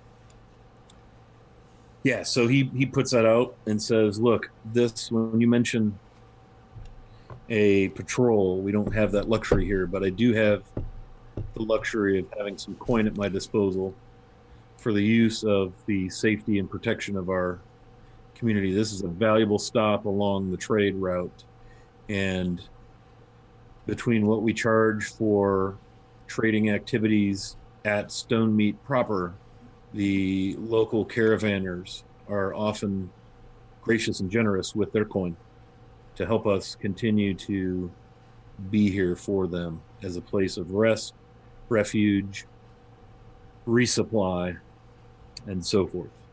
And so I have it in my means to compensate any individuals who would be willing to contract with our community to investigate and, with any luck, eliminate whatever threat is out there. Well, Constable, I have some other business I really need to attend to that just happens to coincide with the Eastern Trail. I can take a look, but like I said, my business lies in the Black Mine. Understood. I might interject for a moment. Thayers hadn't said much, and the reason is he's staring daggers at this guy. He's just straight up in his Thayers is just staring, like glaring daggers at him. You can continue your conversation just as a note. That's what he's doing. Okay. Very well. The person engaged with Flint is, to this point, has been his attention has been fully focused on Flint. But once he kind of makes his announcement, he then is able to kind of look up, break the back and forth with Flint, and look around the room and notice you looking at him. He does not seem intimidated or alarmed that you're looking at him, but more curious. Is that a friend of yours over there? He asks Flint. Yeah, he's a real huggy, sweet guy. Wouldn't have been my first guess. I've also seen him impale some men on his horns. I see. I'm just curious. Seems to be quite interested in me. Don't know why. Have you done something to piss him off? Nope. He pushes the handbill to you and stands up and nods politely and turns and walks to Lathyrus. And he stands in front of you. Hello, friend. And he offers his hand. Will Peyton, Constable. Is there something I can help you with? I look at it. I look at his hand. I look back at him. I don't shake his hand. Now. Is something the matter? Are you attempting to deceive or any such? Clearly, you're not happy with me for some reason, although I'm curious what that might be. Yeah, actually. Do you have a problem with orcs? You Do said I have a before problem that with they're, orcs? yeah, you said before that they're not people. You got a problem with orcs? Oh no, Oh, I bet one of Lathyrus's moms is an orc. right. By not people, I meant not human. My Mm-hmm. apologies if I've offended you. And he Mm-hmm. looks at So you that's so that's real curiously. strange because I'm not human either. Am I not a person either? Well, no, no, certainly not what I meant at all. Like, as in, not worth as much. What I really meant, and he's backtracking. Clearly, Mm-hmm. not backtracking like you're gonna kick his ass. Like backtracking, like Right. hat in hand. Like, oh shit, I just offended this person. Backtracking. Um, uh, by all means, no, I do apologize. I didn't mean it as if orcs or anything not human would be less than human. I meant to simply draw a distinction between human. Uh, oh, yeah, and he's trying to choose his words really carefully. What Human he's talking and about is human and adjacent folk. and human, like, because some people, we don't see many orcs and things thieving and manhandling our people here, and so, oh boy, I apologize. And the dude's clearly flustered, not frightened, but clearly, it's as if he's come to that conclusion that when you're in a hole, you should stop digging, and he gets quiet.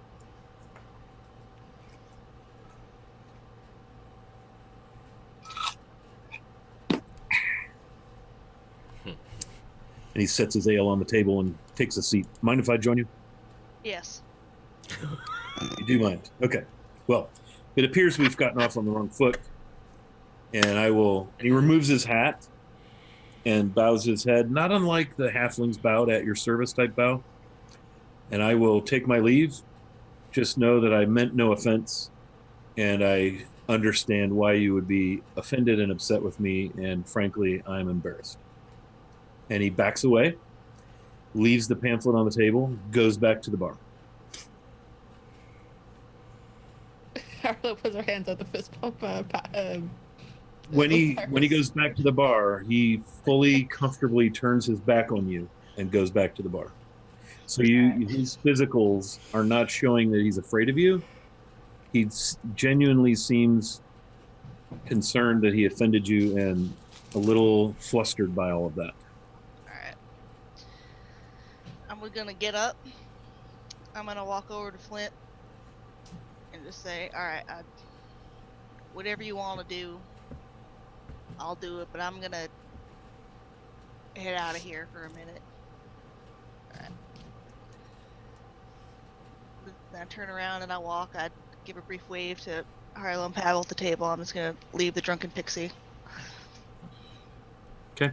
I'm going to call DM's timeout at this moment, and I don't recall who has inspiration currently, but each of you, if any of you are lacking inspiration, you have now been awarded one by your DM for each of you kicking significant roleplay ass tonight in each of your various segments, from the opening salvo with the vomiting through now. So each of you have earned an inspiration. Thank you, all one and all. Okay, back to the action. So Lathyrus has exited the drunken pixie. Peyton is back at the counter. The halflings have all pretty much scuffled out of there. The lunch crowd is now, paying up with Helena and making their way out. The gnome is still busy at work at his table. Oddly enough, couldn't seem to be bothered by any of the announcement of the reward, any of that.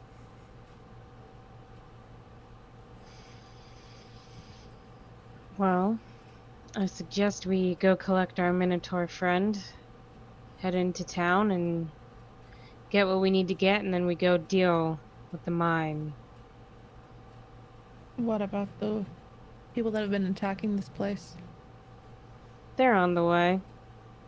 I'm sure we'll run into something. All right. Did they tell you where? Did he tell you where the attack happened? We can start there. Start tracing the trail. He just said somewhere on the Eastern Trail, I think. I'm sure if there was a scuffle, we'll see signs of it for sure anyway. Okay. I don't really want to talk to that guy anymore. We have a lot of stuff, and we have Old Bill. Maybe we should stable him here and find some secure storage for our things, or put it into something a little more travel worthy. I mean, I know Latharis has those tiles. I think we Oh, yeah, the just definitely fucking need to tiles. get. Yeah. We just definitely need to get into town, sell our stuff, get some stuff, and get going. I'm a little impatient to finish some unfinished business. I'm not disagreeing with you. I'm just trying to tick all our boxes before we get into anything too deep. We'll get it taken care of. The sooner the better. I'd rather put this ugly business to Mm. bed. Agreed. Who's gonna go find Latharis? Flint. Oh. I think you're probably on best terms with him, Harlow. I think maybe you should. Alright. I'll go track him down. As you guys are chatting, Helena bustles up. Oh, could I get you any more ale or any sweets? And she thumps down some wrapped caramels, like after dinner treats. A couple in front of each of you. I'm good, thank I'll you. tip our gold. Who shall I see for payment? I'll Uh, toss out like 3 gold because I'm sure that'll cover everything. Plus, Easily. Might drop a gold as well. Ah, thank you. Drop down a gold too, and I'm like, the only sweet we need is you. And just place. She kind of fans herself and then kind of rolls her eyes, like if you only knew.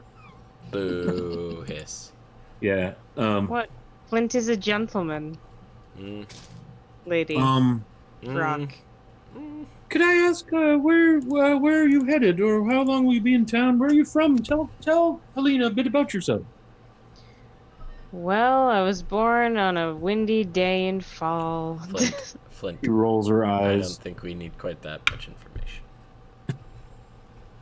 Alright, fine. You don't want Flint backstory? That's cool. I already know a lot. We're heading to Nerl? I think is the name of the town. Neural. Yep. Yes, heard of it. We have Well, he's here. yep, we have various bits of business. Well, see that you take care along the road. There have been issues. We've heard.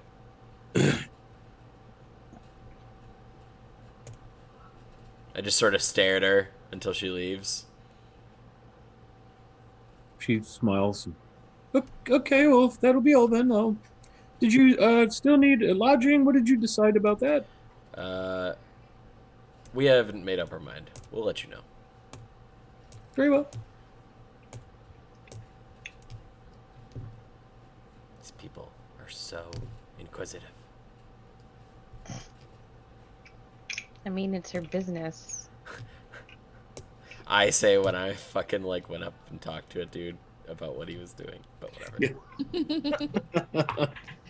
Okay. Busybodies. We're nosy, but nobody man. else has the right to be so. Exactly. We're What the are we, main bunch of- characters. We're allowed to be nosy. Yeah, we're not a Yeah, you're bunch the of main character, that's right. NPCs. So you're gonna head Harlow out to find Latharis, Yeah, I've gone out and wandered looking around for him. and the other two you're gonna collect yourselves.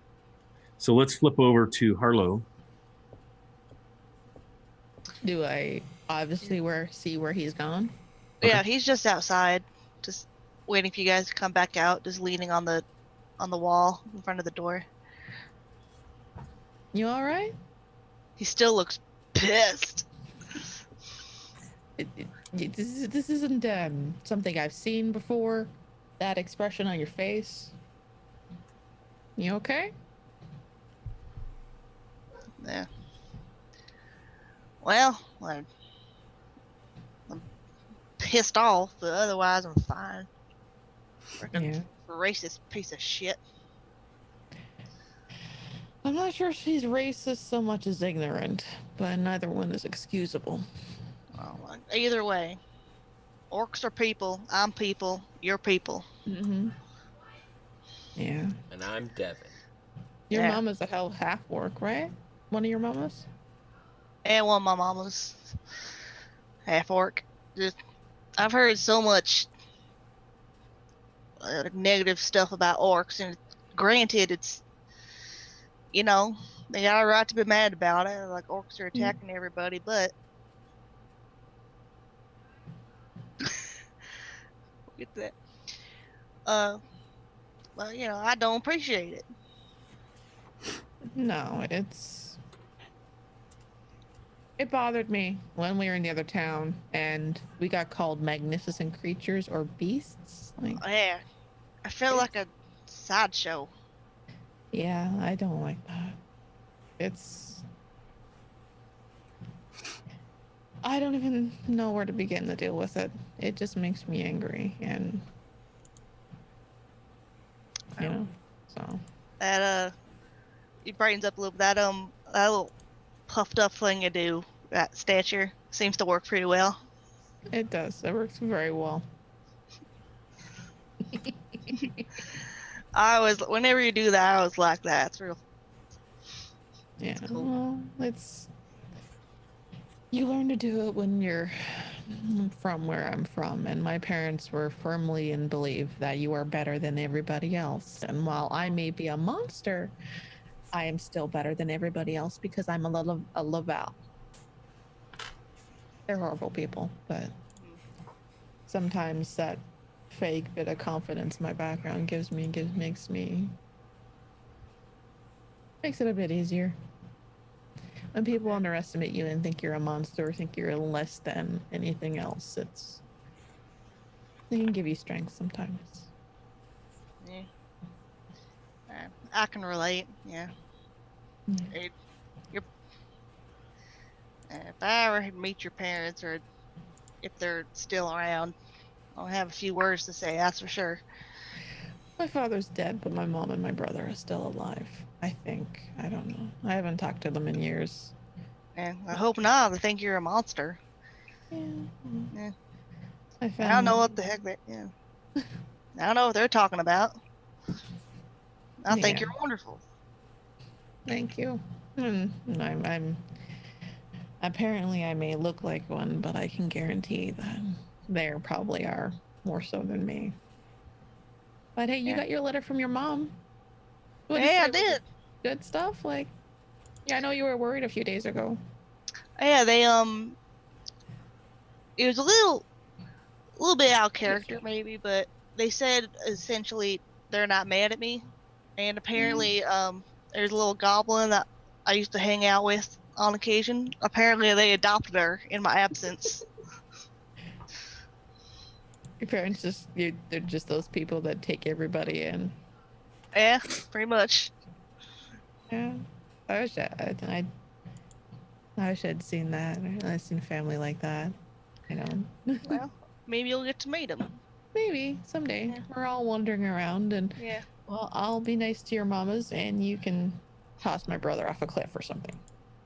Yeah, sounds like a plan. All right, I'll fist bump again. Yeah, fist bump. And scratch the curls. Then I don't like being violent, but if you ask me to, I'm your guy. I'll hold you to that. All right. And then she'll go find everybody else. Cool. He looks a lot happier.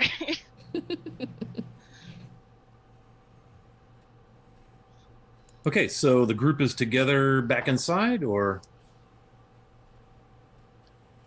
I think we're probably just waiting for everybody to come out. Yeah, I thought we were just like meeting outside. Okay. Yeah, we'll make our way out.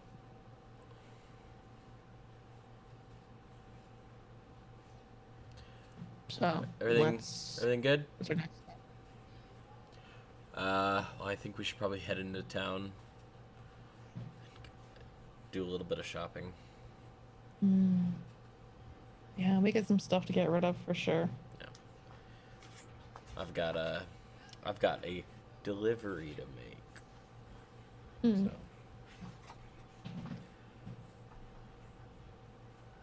It shouldn't be too much of a problem. So yeah, let's grab old Bill, head into town. Very good. Okay. So you guys go back around to the stable, and Tad is out there attending to this and doing that, and he brightens as soon as he sees you. Oh, have you come for old Bill? He's ready and wonderful, sweet animal. He walks in and, opens that gate, goes into the pen area, and then leads Bill out. And he looks like he's been brushed and scrubbed down a little bit. Looks clean. Good. Here you are. He hands you the rope.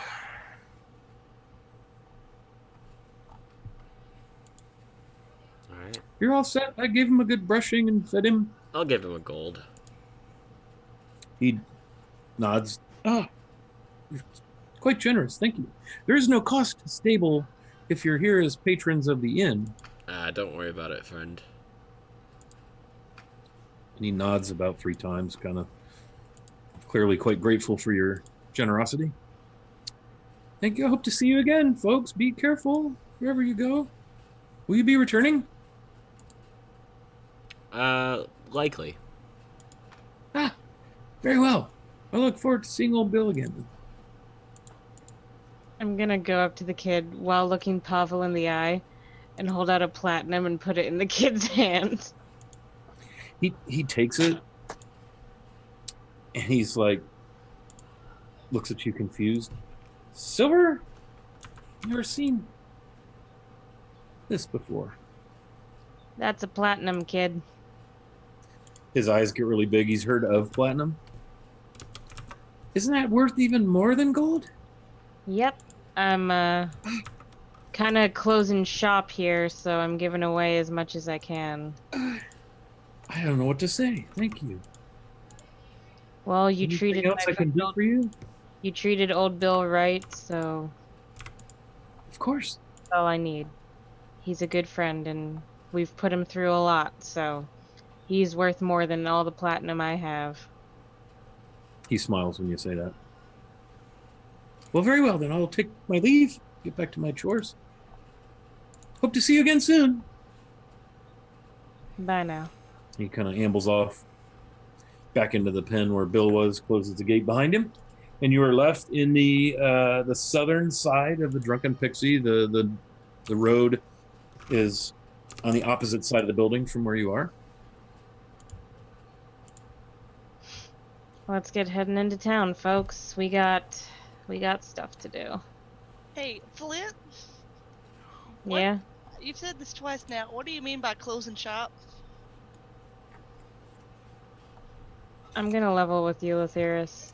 We're going to a place where I'm probably going to die. A horrible, horrible death. I want to make sure that none of the resources I have on me go to waste on my corpse. So I'm making sure that the folks of this town have... Bless you. All right. I just... You can't take it with you. And I don't need it, and these folks clearly do, and why shouldn't I spread my wealth where I want? I've never had use for gold before. I don't have much use for it now.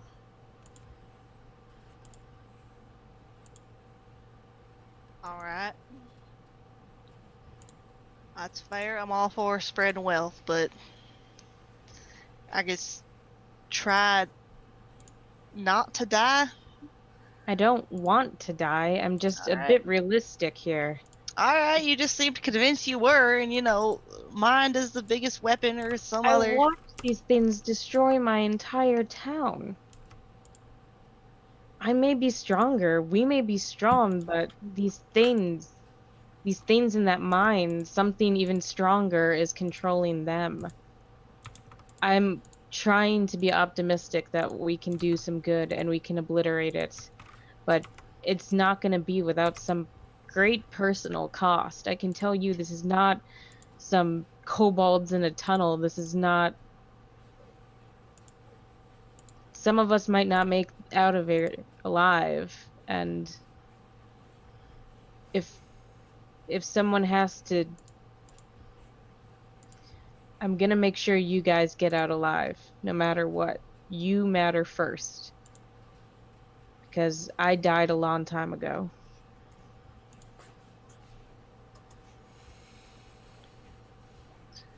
Oh, I'm just gonna interject here. I know that all right. you and I have had something of maybe a contentious relationship so far. I'm gonna fucking kill you if you die. Mm-hmm. Yep, I agree. Does I'll that not I'll seem find a way to counterproductive? bring you back to life, and then I'll murder you. Because you might not want to live for yourself anymore, but you have us now, and we like you, and we want you to be alive. So don't go I into a place. appreciate. It is one thing to be prepared to die. It is another thing to accept death. Don't die for us. Live for us instead. Self-fulfilling prophecies. I don't intend to die, but I'm being realistic here, guys. No, you're being resigned, and I don't want to see that. Preparedness is good. Resignation is folly. And you're not a fool. If I had resigned myself to death, do you think I would have fought tooth and nail in that forest after I watched my entire life get taken away from me? Do you think I would have fought for 30 fucking years to stay alive if I was ready to just die? Listen, I'm not trying to tell you how you've lived your life. I'm just trying to say that right now, in this moment, it really seems like you don't care if it happens. I don't. I don't care if I die. And that's 'Cause resignation. I have no control over it. I've already died once, alright? Violet Karsk died already. Okay? Flint is nothing. I'm just a rock. I'm part of the earth. I am nothing. If I die, everything continues, everything goes on, everything's fine. And I'm fine with that. Not everything isn't fine. We won't be fine. You're my sister. You're my family. You're the closest thing I've ever had to anything like that. So don't you dare say shit like that. Don't you remember how gonna die. mad I got at You're you getting out. when you jumped into that pool? That wasn't because I was mad that you did something stupid. That was because I thought I was going to watch a friend of mine die.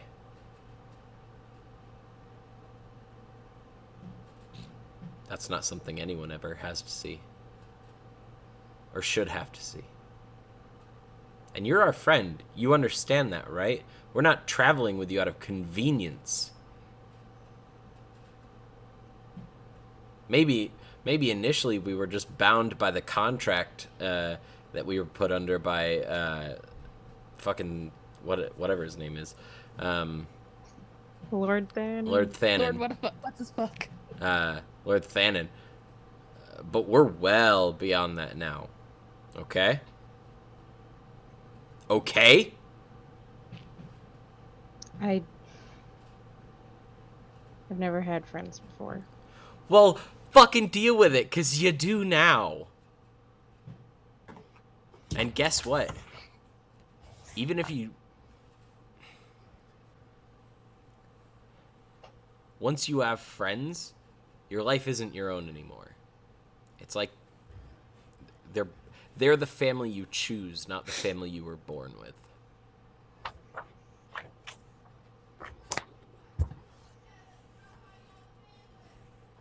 Be buried, Stoneheart. We're not burying you. Or any of us. We'll get out of it. It's what we do. Let's go finish this. Let's go shopping. Fuck. Yeah. I hate shopping. I can't even believe I'm saying this. I want something pretty. But Harlow, you're right here. Boo. While you were chatting outside the Drunken Pixie, Peyton wanders out and stops to regard you before he turns to untether his horse. And he tips his hat to the group and then removes it and looks at Lathyrus. Again, I do apologize. You see, we don't take kindly to creatures pillaging and attacking and thieving. And I merely was referring to the potential. I don't even know if these things are orcs or not, but I was referring to them not as not human or not good enough, but in their as perpetrators of a crime. And again, I apologize for offending you. And if you do wish to undertake our investigation, you can find me at the constabulary office in town. And he climbs aboard his horse. Good day and welcome to Stonemeat. And he rides off. Yeah, I know what you said, you son of a bitch. Let it go, Lathyrus.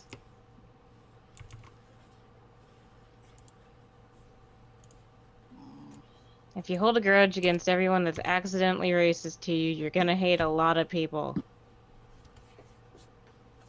Man, you have no idea how many people I've had to let this grudge go with. I ain't gonna let this go for this guy. Yeah, I have no idea what it's like to be treated differently because you look odd. I know, we're all human adjacent. I'm just saying. I'm not. Yeah, but you're just Well, yeah. weird. The three, Pavel excluded, we're all human adjacent or whatever that actually, means. speaking of being weird, that guy, that gnome guy, yeah. I have to buy him some stuff, but the way he was messing around with some of that weird shit gave me an idea. I'm gonna have to work on it for a little bit, but could be interesting. All right. In the same way that I was working on making my bow explode when it hits things, that kind of interesting. Ooh. So, we'll see. You're not gonna blow us up, are you? But hopefully. He hasn't What? yet. All right, let's go into town. Yeah. I like how that was hopefully and not hopefully not. Yeah, that's why I was like, what? Or hopefully not. Yeah. You have full and happy bellies. You have full water. You notice old Bill's the water skins have been filled. They're cold. They're still wet from having been filled. You know, the few water skins that kind of hang on his baggage. You have full bellies from what was the best meal you've had, bar what you ate with the elves, in a long time. It was good. It was better than what you had at Lord Thanon's. It was good. And so you make your way eastward along the trade road.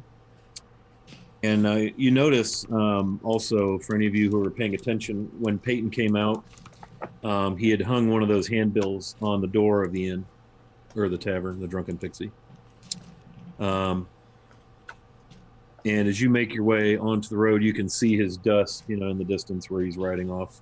And you amble the less than half a mile into the community of Stonemeat. And you're on a road that's, for all intents and purposes, about, give or take, 20 feet across. Again, wide enough for carts and animals and things to pass. Some places maybe a little narrower, and others. Again, you've come down out of the hills, and this whole area is kind of, picture Big Sky, but with little copses of trees here and there. You can see hills in the distance, pretty much in all directions. And the road, as it gets into town, the first dwellings you really notice are a couple of what appear to be residences. Um, one is a single story, kind of a soddy, if you will, and the other one is a two-story. They are wood and stone. They both have sod roofing. The second story has a bit of a pitch to the roof, but not steep. They look what would be, typical of maybe old American prairie style. There are the trees in town are a little different than, remember the hills were juniper, cedar, scrubby pines, some tall, some bushy, shrubby, mostly evergreens. Here, you notice in both of these houses are on the south side of the road, which is the right side of the road as you're walking eastward into Stonemeat. You see the two houses on the right side, and the trees around these houses are more like what you remember being in with the Adrie forest. They're more like deciduous, like maples or oaks, elms. But then you see here and there a couple of tall pine trees and evergreens. So the yards are shaded, wooded, and there's a split rail fence that runs west to east along the south, what must be the boundary of the backyard of these two homes, and then it runs due north. On the left side of the road, on the north side, you see small copse of pine trees, and then before you, the thing kind of spreads open, and there's this huge rock in the center of what looks like a giant roundabout, and the roundabout surface is all the same road, dust and rocks and stone, gravelly, potholes from when it rains, wagon ruts. But in the center of this is a huge rock, and this rock is probably 15, 18 feet at its highest point. It's irregular. At its widest point, it stretches almost 30 feet north and south. It's more about maybe 20 feet east and west, but it's this one big, huge boulder. And around the boulder, it almost looks as if it's a moat. It's like the boulder's sitting in a pond, right? And the moat is maybe anywhere from 8 to 12 feet from the boulder out to where the dirt is around it. So in the center of town, and I'm just going to show you, we're going, like I said, old school because it's how I roll. I composed a little map. So I don't know how well you can see that. It's pretty shitty, isn't it? Let me get you some light here. That's even shittier. Okay. So you came in from this side of town right here. You see that at all? Mm-hmm. Oops, there's my finger. So you see the two houses, the split rail fence behind it. The lighter green are the bigger, maples, oaks, elms. The stick-looking dark green are evergreen, like pine trees, spruce trees. Anything with a 5 on it is a residence. You can see the number 4 in the center. That's the big stone with the water around it. North is up, south is down. You see in the north, and I can scan this and drop it into Discord later. You can see at the north side of this big round area, and the area around the rocks is probably 120 feet across from north to south and east to west. A road enters from the northwest. You're coming in from the due west. A road goes out to the southeast, and a road goes out to the east. It's about 120 feet from north to south, east to west, the area around the stone, including the stone. North of that, there's a small grove of various trees, and it looks like there's a caravan kind of pulled up into the trees.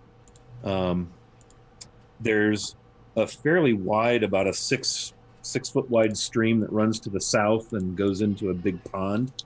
The road to the southeast is lined with shrubs and pine trees. And then you see a couple of large buildings, a very large building on the north side of the road that goes due east across out of town, and a smaller building. Those look to be maybe commercial concerns.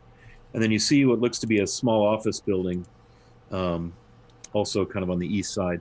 And so, there's a little sign on the road that says, "Welcome to Stonemeat." And so here you are. There's a few people moving about, a couple small groups of halflings, an occasional human here and there. You easily notice the constable's horse is tied in front of the smaller building that's all the way across the way. But other than that, it's fairly quiet. You see a few people bustling around. It looks like there's like 4 residences in town, and then the 2 commercial buildings, and the rest of the space really looks dedicated to this stone meat in the center. If you recall your conversations with the elves, it's a trading hub. Caravans will come and trade and do business, stay here for a while. It's a place to resupply. And so when you see the big boulder and the common area around it and the copse of trees and the caravan, your light bulbs go off and go, okay, stone meat. People meet around the stone trading. That makes sense. So you are in Stone Meat, and it is a tiny little hamlet, just tiny. And so when you see this, you're probably a little bit shocked at some of the coin, and like all the houses look to be in very nice shape. How well the menu at the inn, it looks like there's wealth here. It's not fancy, it's nice. But for the middle of the doggone flinty hills, it's like, wow, that's really a nice little spot. It's like one of those weird, like, way too nice rest areas on a highway. Yeah. And you see it and you're like, oh, thank God. Because it's not like creepy nice. Like, not, people don't all come out dressed the same in the same time, bouncing a rubber ball at the same time. No Stepford wives. Yeah. Yeah. But it's nicer than you would have expected a trade community or a trade village or a rest area. Good analogy. And so you are in Stone Meat. Okay. Cool. I'm gonna look for a shop that seems to be selling sort of like your standard goods. Okay. You have 3 choices, all on the east side of the Stone Meat. The smallest dwelling is kind of at 4 o'clock. If you picture Stone Meat with the stone in the center, Yep. You're coming in from 9. Yep. 11 is the one road, out 5. 3 is the east road. At about 4 o'clock, the closest building to the center, where you saw Peyton's horse tethered, is the constable's office. Okay. On the north side of the east road is the largest building. As you approach, you can see a big sign on there that says Stone Stall, Tack and Goods. And then it says C&D Caramo on kind of beneath it, like that. Maybe that's the name of the people. And it just says store/mercantile, under that. On the other building, you see the smaller building on the south side. It says Bagley's Farm Goods. And you immediately recognize that as the name of the halflings. Okay. I will head into the big tack and whatever, the biggest one. Okay. That's, the Stone Stall, Tack and Goods. Yep. And it's almost like, the road extends up to the front of the building, so you could pull old Bill right up there, tether him. There's a trail, around each side of the building. The building across the front, 120 feet across. And it looks like it's a good 60 or 70 feet deep. Wow. All right. And it's got 2 stories. And then it looks like even in the back, there's like a 3rd story from a separate kind of a wing. Yeah. And so you can enter and you go in there and it's all manner of tack, harness. There's feed on the front stoop. There are, all manner of supplies that look to be for travel, for construction, for household. So tack, harness, mercantile, some, as you begin to explore, some weaponry, but nothing, you'd have to put an edge on anything you bought here. Yeah. I'll find an employee. Sure. A gnome walks up in work clothes, tunic, trousers. Clay Caramel at your service. Hi What there. can I do you for, stranger?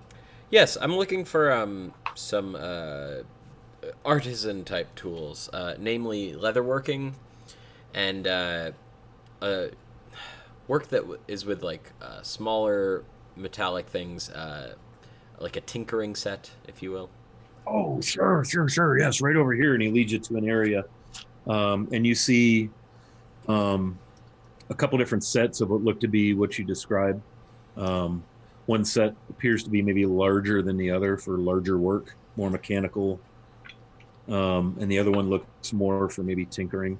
You see what skills or proficiencies have you got, Pavel? And is anybody with you? I don't know. Did anyone come in with me? I guess I would be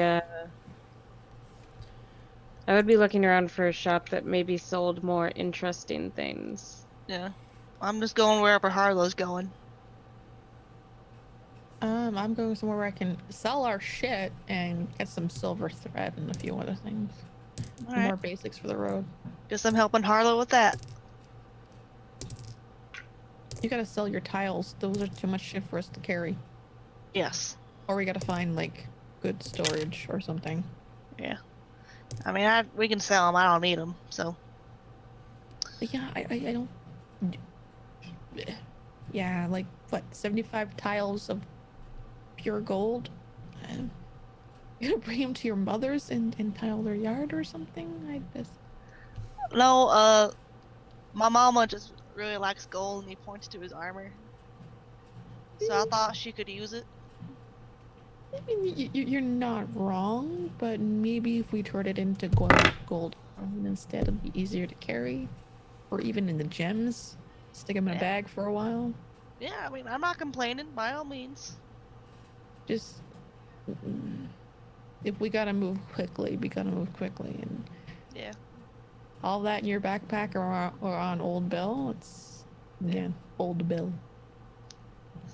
Trying to think logically here, the quickest way to get us out of this to make sure we can get Flint out of this. Yeah. Mm. Yeah. By all means, I would like to have space in my backpack back. When she talks about Flint, Harlow's gonna look like a little upset and a little sad, and just I didn't get this taken care of. Okay. So, Pavel, you find those Side two sets hug. of tools. You also find a couple of different sets of things that have like little picks and like a weird tubular. You don't know what that's. You drink through it, look at it, listen through it, all collected in a little kit of some kind. You see a what you would assume to be. Make me an intelligence roll, and roll with advantage, please. Natural 19 plus 3. Okay. You see what you would presume would be maybe like an herbalism kit, and also some rock hounding tools like, digging out crystal or gems, polishing, things like that. Everything looks to be reasonable quality. Yeah. I will pick up a set of leatherworking tools and 2 sets of those tinkering tools. Okay. And Very good. yeah, that's all I need. I guess I'll walk So up to the Clay will counter. walk you up to the counter. Yeah. Harlow and Lethyrus, are you all in this place as well? No, they said they were off doing other stuff. Yeah. Okay. Well, based on what you've seen in this town, there's this place and the place across the street, and the place across the street is like farm goods. All right, I guess we'll probably follow behind Pavel. Just go in quietly. Okay. Yeah, you don't see a sign for a shop that says sell your 75 gold tiles here for money, or we buy magic items. I'm Okay. guessing this entire town doesn't have the funds to buy what we have. So as you see Pavel kind of get absorbed in what he's looking at, a female gnome approaches. Hello, what can I help you with today? Looking at Lethyrus and Harlow. We're looking to sell some goods and pick up a few things. Very well. We have most manner of mining, farming, constructing, traveling. All manner of things. What were you thinking of exactly? Well, we're heading into up into the Blem. Can someone say the word for me? Blemu Hills. Lemon. Blemu Hills. Ah, I see. Well, all right, very well. So we're gonna need some basic supplies. Care on the road. I know. I've heard the road that way is dangerous. I know. We're going to go take care of it. Strange things going on. Hopefully. Some halflings just ran into some trouble just outside of town this morning. Yeah, we know. We were talking to them. That's why we're getting ready to leave. Very well. Nice. Where are your items for sale? I point at Lythirus. Yeah. Well, took off the backpack and plops it down, just like a big. I'd say. Yeah. I have. What did you say? It was 75. I have no idea how much you had. I just made a A number up. large number of tiles. I don't know how many. Not too hot with the numbers. Got Okay. a bunch of gold tiles here. Yeah. So you open your and you do have 75 tiles. Opens up your backpack and she kind of leans over it and her eyes get really big. Those are gold, yes? Yeah. My goodness, that's a lot of. Have you been just carrying that around? Yes, ma'am. You are a strong one, Very aren't you? strong. Yes. That's impressive. And she kind of That's, looked you over a little bit. Farm. Yeah, What? very nice. Well, Wait, hang on. You pat his arm? Is that what you said? Yes, and he's very strong and pats his arm, pats like the arm right here. Just Flush. it would take me a little while to weigh all this. If you want to wait and look around, what other type of things have you to sell, or will you be using this to purchase things? I personally don't have anything to purchase at the moment. do you have things like healing potions? She kind of looks around a little, like, well, certainly. Anything? There's a part of the shop we should visit then. It would really be best if we just maybe took all this with us. If you'd like to be with me while I weigh and count and things, so That's a that good idea. you're Let's comfortable, go, of course. Lythirus. Okay. So she whisks you through quickly, and she kind of catches Pavel and Clay are up at the counter about to transact business, and she catches Clay's eye, and he looks over and smiles and gives Lythirus and Harlow the once over, kind of, over his glasses. And these are not old gnomes by any stretch. In fact, probably similar in age to the gnome that you saw in the tavern tap room. And she catches Clay's eye, and Clay catches her eye, and it looks like, okay, see you in a bit. Like she's just letting him know, and he understands exactly. And she goes on her way, leading Lythirus and Harlow through a couple of doorways and into the back. And you've actually entered what feels like maybe a different dwelling. Like it's been added on. The wood looks newer, smells different, and you recognize right away, Harlow, that you're in what you would assume to be like a magic shop that you would expect to see in a larger city like in Relester, where you're from. You walk in and look around and you're like, oh, okay, this is where they keep the good stuff. Mm-hmm. If you two would like to look around, and I'm gonna I have to get my scales out, of course, and weigh these up, and we'll see what we've got here. Excellent, thank you. Just what do I see Toss around? that, if you could, toss that up on the stone shelf there. And she kind of points to a counter, and get all those out for me. Count them up, and let's get busy here. And she seems very comfortable with what's going on. She was a little surprised to see that much come in the door, but it doesn't look like her first rodeo. Pavel, Clay takes you to the counter. Yep. Yes, that would be, let's see here. See, the leatherworking tools are 8 gold, and then the tinkerers are both 12. So let's see, that's 32 gold. All right, fantastic. And I will hand him 32 gold. Very well. Very nice. what you working on, if you don't mind? And he's kind of, it's almost like absent-minded small talk, but he's definitely looking at you over his glasses, sizing things up, you know. Well, the leatherworking tools are for myself. The tinkering tools are for a couple of my friends back home. They're the nerdy type, if you know what I mean. He kind of smirks and rolls his eyes like, ah, boy, do I ever. And then make me an a perception, please, Pavel.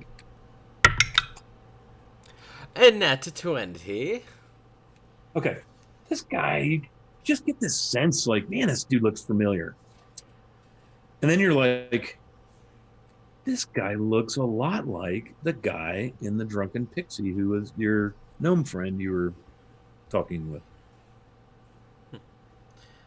I will not comment on that, but I will store it in my head. Very well. I thought I saw my friends walk by with someone who looked like the. Oh, Delilah, yeah, that's my wife. Oh, she's lovely. Fantastic. Yeah.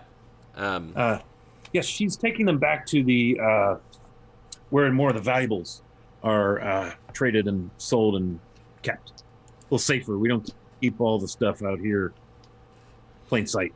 Well, just safer that way. You just never know who's coming up the road in a hurry. I'm certainly interested in that kind of stuff. I'd be willing to see what you've got. Very well. Very nice. We can head back there now if you like. Indeed. And I'll. Okay. So you're going to make your way into the back. He'll lead you back there where Lathyrus and Harlow are. And as you come in, you'll see Lathyrus is unpacking all the there are 75. I went back and checked my notes. 75 gold tiles. Fucking hell. And according to what I read, she looks at these and very quickly, she puts one on a scale and then puts another on a scale and then another. And after about 8 of them, and she eyeballs the others, she's like, well, I'm going to weigh these all, but these look these are well made, same dimensions, and she's like holding one and she kind of bites it, gold, very clearly, all identical. So each of these is going to bring you about 50 gold. And then she kind of stops and looks over her, over her specs at you. Like, seem good? Yeah. So 3,750 gold? That's where I was just mathing on my phone. Yes, that would be right. Yeah. Very good. So let me weigh all of these to make sure. Mm-hmm. I'm looking for a few things. Our storage is limited. I was wondering if you had anything here that could store things in a unconventional manner. I've heard of them when I was in Alaska. I've never had. Well, she looks down at the tiles and kind of smirks at you like, really? You didn't think I would purchase all of these of my... kind of catches her. Certainly. Do you mean for sale or for storage on site while you're off doing business? Well, we're looking for a little bit of both. I'm looking for portable storage. Like I said, I know that these items were for sale in Relastra, where I'm from. I'm not so sure about out here, but I mean, this place is... You've got an impressive setup here. I was not expecting this. Most people are quite surprised. And Clay kind of comes in. Hear that a lot. And she kind of looks at him like, shut up. We see people from all corners of Greyhawk, or the Flaness, and from the free city of Greyhawk to Relastra. And so, because of that, we see all manner of items. Mm-hmm. What you need? And she winks at you. You need a bag. Yes. I need a bag that can hold things. Lots of things. Yes, you do. And she, scuttles around behind, and digs through a couple of things. You hear like doors sliding in a cubby, and she pulls out a bag.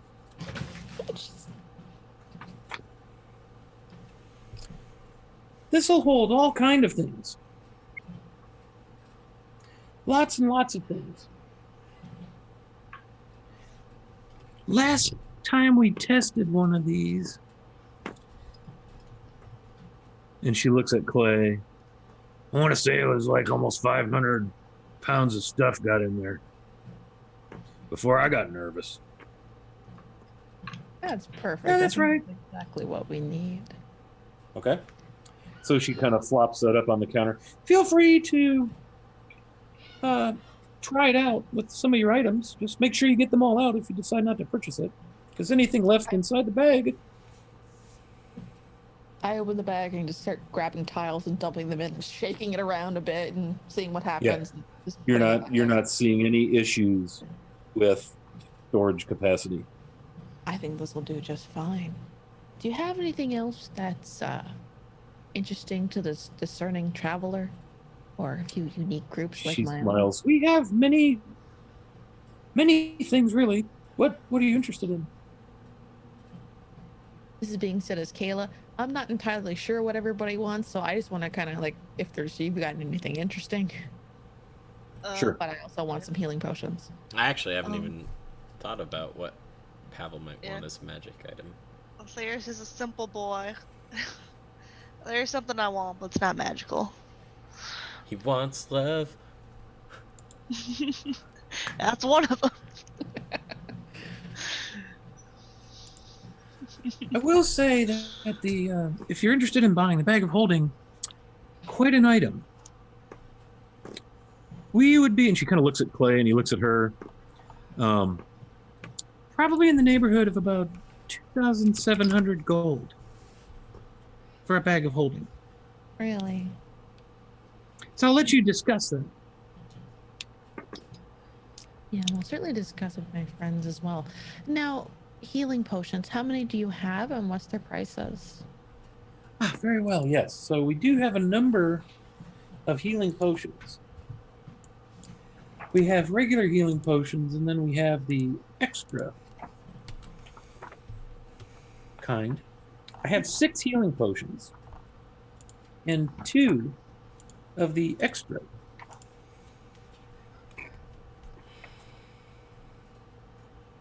What's the cost for each one? Yeah, looking at that. Standard health potion is 50. I know that one off the top of my head. Cat, I can't write anything with your tail going. I'm not muted. I'm sorry. Yeah, I have healing, regular healing, and then greater healing. I would say if you bought all 6 healing, considering how much business it feels like we might be doing, I would throw in free storage for goods for up to a week. And I would sell the healings at 40 gold each. So 240 gold for the 6 healings. And then the greater healing would be 70.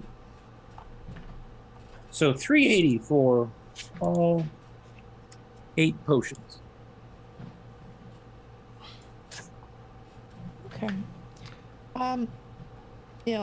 I don't remember any of the shit that we have. Do you guys have anything you want to sell?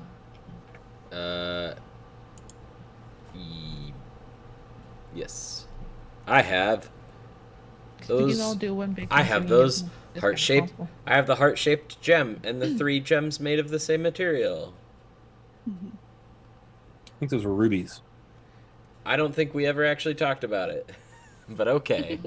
Yeah, they're all red. They're all rubies. Cool. And one of them is shaped like a heart. So are you like breaking these out? Yeah. Okay. So Clay comes over very quickly and pulls out of a pocket somewhere like a gemologist's eyeglass. On that heart-shaped one, did we ever get a ting that it might be magical or anything like that, or is it just a generic heart-shaped gem? You guys have done some detect magic here and there. Yep. When like they've been piles, and I'm trying to. Does anybody identify? No one has identify. Okay. You didn't get any detect magic off of any of the gems, Cool. aside from that one gem thing you don't want to tell people about. What? Oh yeah, okay. You threw me off for a second. I was like, "What the fuck are you talking about?" Yeah. Yeah. Okay. Yeah. Cool. So I'll hand them over to him. So, how many of the regular rubies did you say you had? 3 standard ones, and then the heart-shaped one. He looks at the standard ones, and he, immediately, not only does he pull out the eyepiece, but he has, somewhere tucked in a drawer, he unfurls like a piece of very smooth, clean-looking, lint-free cloth and sets them on there carefully. And he starts looking at them, and he gets a little lamp out, clicks that on. Well, I'd say we could make a straight-up trade for each of these little ones for one of them healing potions. This here bigger heart one, boy, that's been cut and polished. Boy, that's a beauty. The other rubies are more rougher cut. They need to be finished out, polished. Yeah. But they're nice. These here rubies where'd you get these? These are, for this heart one in particular, is beautiful. That heart one was found inside the chest of an animate statue. He kind of looks up at you like, listen here. Without looking back in the module, I'd say that'd be worth about 400 gold there. That's a beauty. All cut and polished like a heart. Now, You can use these to pay for things. You can trade, barter, you can cash them out, whatever you like to do. I've heard tell of an uncommon but by no means rare magical item. It's a headband that helps focus the mind.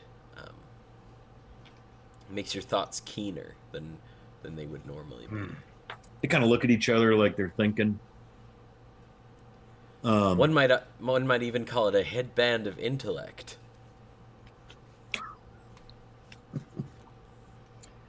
Don't know that I've ever seen or heard of such a thing, really. Not a problem. Yeah. We do have this headband of street smarts, but Yeah.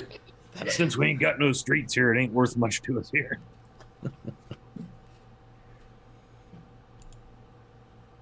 And then there's this headband about random facts about polar bears. I don't know why that made that. Polar bear's fur is hollow, and sometimes algae can grow inside it, making the polar bears appear green. Their skin is actually black, Uh-huh. and they're all left-handed. Okay. Is that a thing, really? Yes. My thing, Left-handed. I know that my thing is a thing. I didn't know about the left-handed thing. I'm not sure if I made that up or if that's really a thing, but I've been rolling with it for 6 years now, so... What else do you think you might be looking at? Meanwhile, Delilah is absorbed in weighing, stacking, tabulating, working through the pile of tiles. It's going to take her a little while to get that together. Anybody watching her notices she's very careful in how she handles them. It's clear she's not necessarily thinking meltdown. She may find a way to sell these as is. You can see her turning this over in her mind as she goes through this list. Similar to this this bag, which again, not particularly uncommon. I've heard tell of quivers that have a similar capacity. Not only can you hold arrows, but javelins and spears.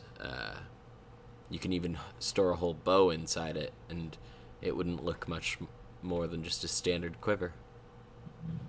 Again, I've heard of such a thing, but I've never seen one.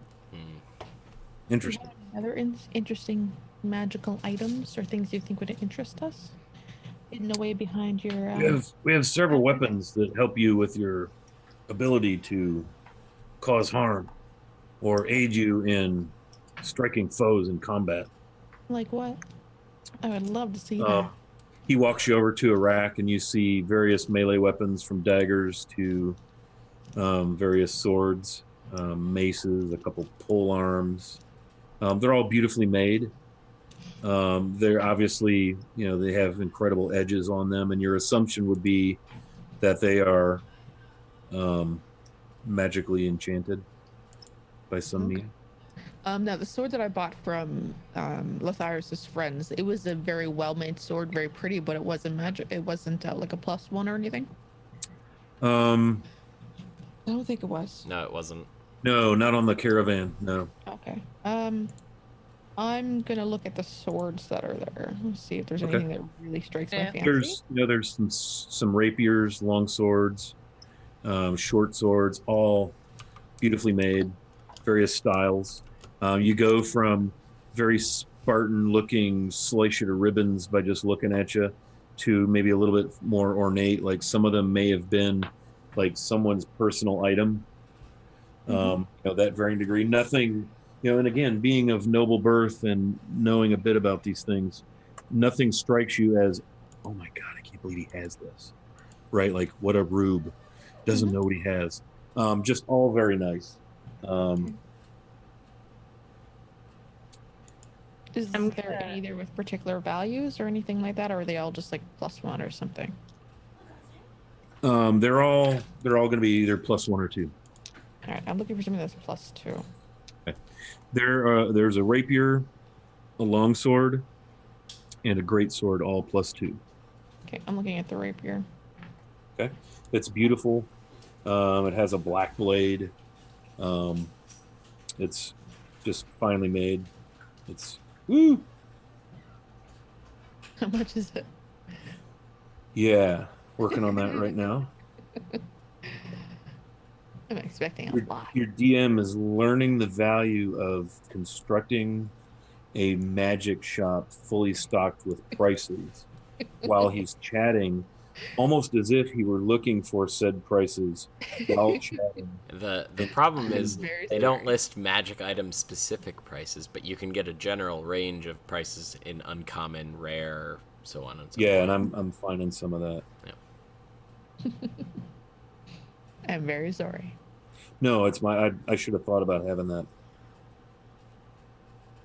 I would probably, when he picks up the rapier and looks at it, holds it, kind of makes a really stupid swing with it.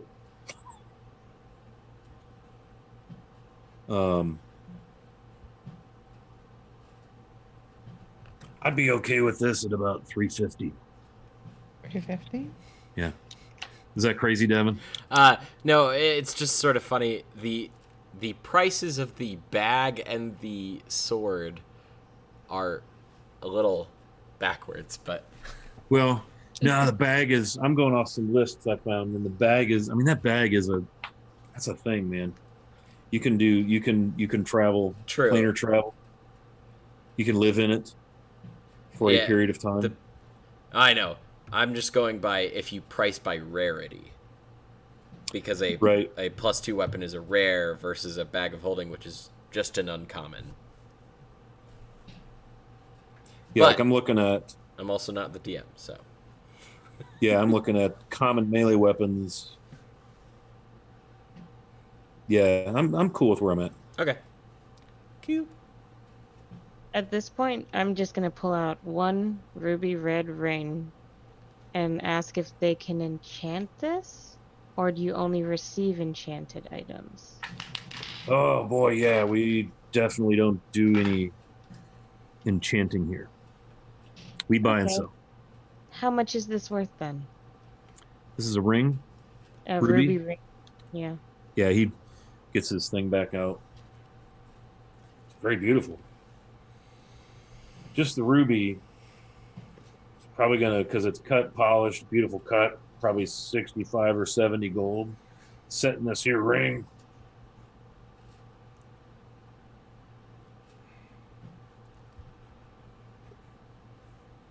Kind of looks at the ceiling. Say about 170. It's a beautiful ring. I'd probably sell it for 250, 260. Sure, I'll take that. I'd give you that deal. 170 for it. Yeah, I'll take that. Okay. So he sets that aside, gets out 170 in gold, pushes it over. Thank you. So do you fancy that rapier there? Yeah, I think I'll take it. But we have to talk about, we're quite a large group doing a lot of business right now. So I'm hoping we can get a good deal for everything, a good group discount if possible. Right. Yeah. I noticed you paused on the bag there. It's quite an item. I'm guessing that's where your focus is, price-wise, because, well, It'll be Lathyrus's. It's his. The. If he wants it, of course, the tiles, I'm assuming, would cover the price if that's what he wants, of course. But Oh man, we'll see. happens. I'm pretty sure we since have we're enough doing so much business, gold to do it without Lathyrus's, using Lathyrus's tiles, but I mean, we can. I said we could. I don't care one way or another. tell you what, I could cut the bag to 2,300 if we deal on all the potions, the rubies, and the rapier at what we agreed on. And I'll still let y'all store whatever you need to here for up to a week. He looks over at Delilah and she's kind of mathing. You can see her mathing. She kind of nods.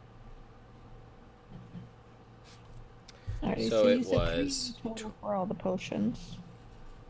Yeah, you had 140 plus 240 is 380 on the potions.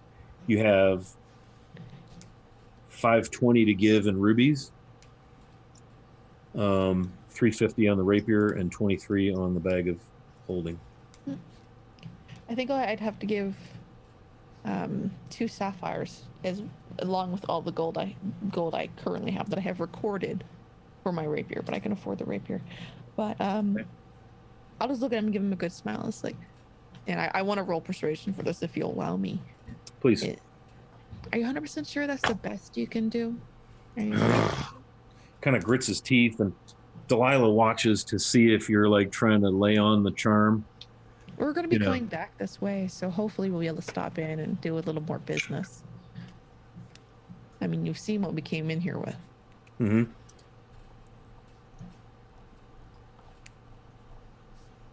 What's your roll? I never rolled yet, so I'll roll. No. Yeah, go ahead and roll persuasion. I rolled a 15 plus 8. Okay. So 23. Okay. Man, well, tell you what, you all seem like people of means. I noticed, Flint, you're in there. Oh yeah, we just sold a ring. I noticed you there had one of them papers from the constable. Yes. I'd be willing to double that reward for you all. I'd match what the constable's given. If you'd be willing to try and figure out what's going on there. All right. So I think he's given 25 apiece. I'd pay each of you 25 apiece. Because it's important to us to have good trade, safe trade here, and ain't none of us going to be able to do nothing about whatever's going on, really. If I could convince you to do that. And if you'd do that, if you'd take that deal, because I know people of your type probably want a lot more coin than that for doing God knows what that'll turn into. I'd knock another 200 off your total tab. He kind of winks over at Harlow, not in a creepy way, in a businessy way, like kind of winks and nods. And Delilah kind of smiles. You wouldn't happen to have anything that's extremely effective against the undead, would you? Holy items? Let me consult my list. Our inventory is vast and strange. A very good trading road. Oh my god, you people are nuts. I love you guys. Okay. We don't have any holy items, but we got this jar of pickled eyeballs. I mean, I got holy water and I got silver holy symbols from here to midsummer holiday next summer. Nothing special about those. He's kind of thinking and looking and thinking and thinking. Almost as if he's turning pages in his mind.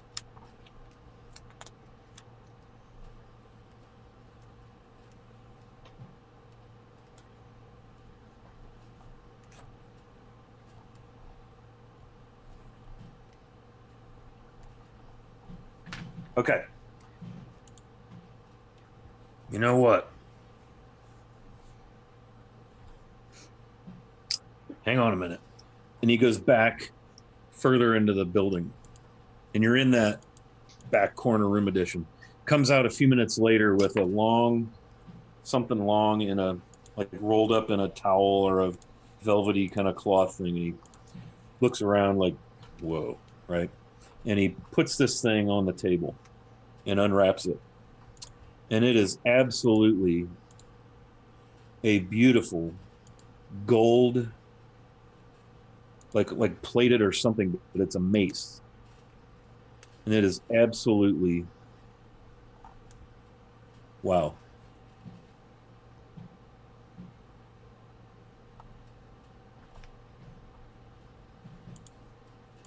What's so special about this? Well, you mentioned the undying and the undead. This will give you extra power when you smite the undead with this.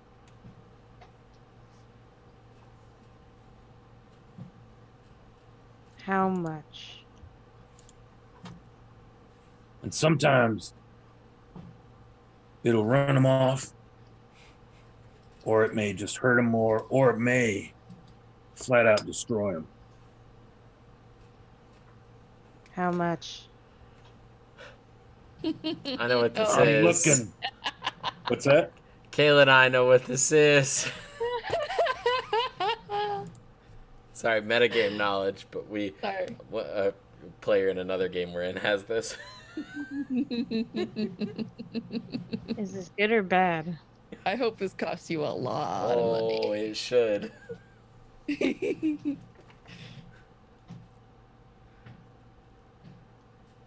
Hang on. Oh boy.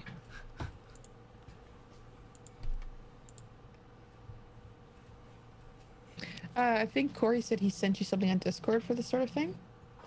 Thank you, Corey. I'm just not. You're in like DM lore, man. Oh my god, I love you, Corey. What a dude. Yeah, it's a tool I'm going to use that isn't going to maybe get me where I want to go right now. Corey is a real man among men. He is on it. He is a peach and a half. Mm. Well, I will say that it's not a talisman of pure good. You can see that the gnome is kind of hesitant on this whole thing. Like, I like having this thing around here, but what if we worked something out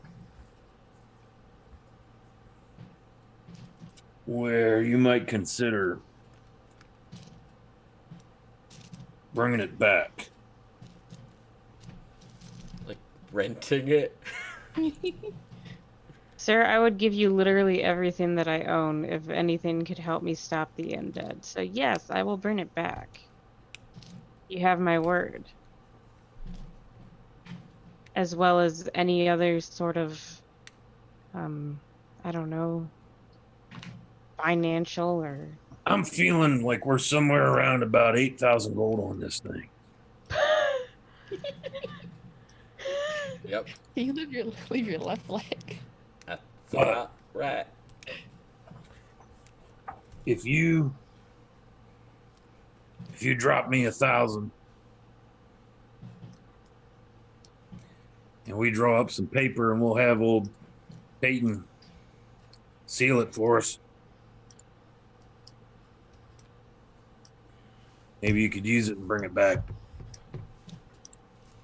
Well, it sounds like it'd be mighty useful for what we're going to use and do in these mines.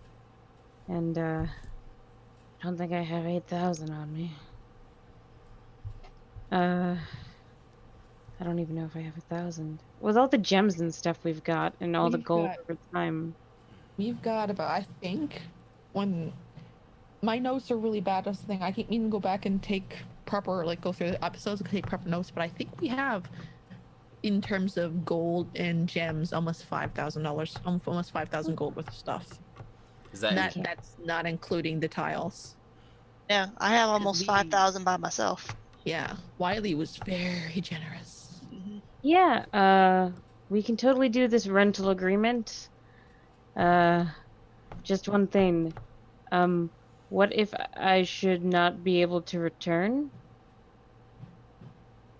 Well, Is that a risk you're willing to that's take? my risk, isn't it? Yeah. We can But move I- our things here as well, or But here's I- the thing. I look at this like an investment. I feel like all the weird stuff's going on is all happening east of here. And I'm hearing tell all the way up and past Neural. And I know that's up where this mine's supposed to be.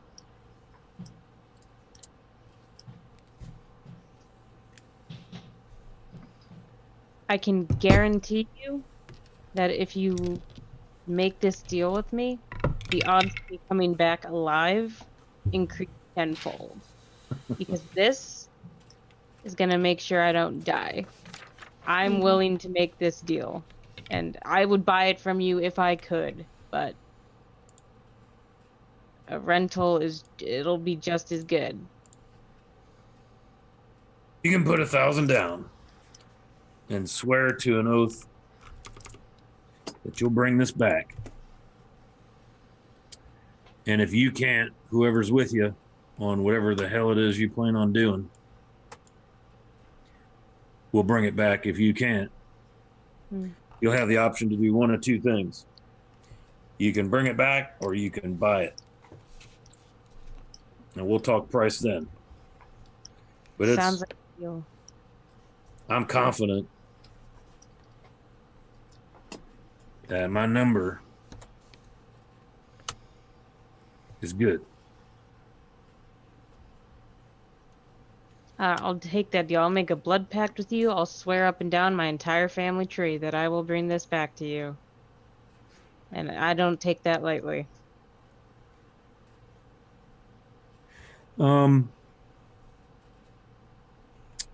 Let's. There are some symbols on this thing.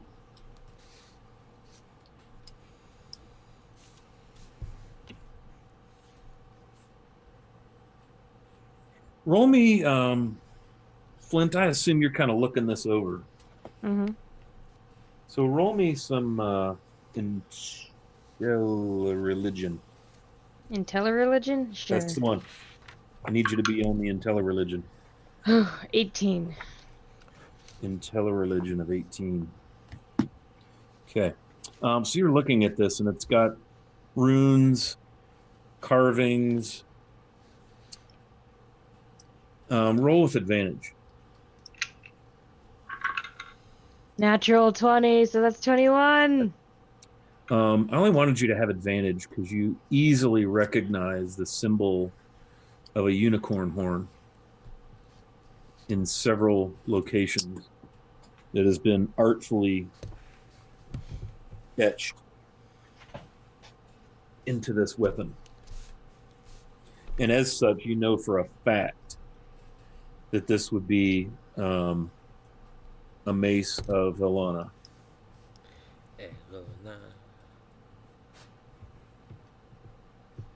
Holy frijoles.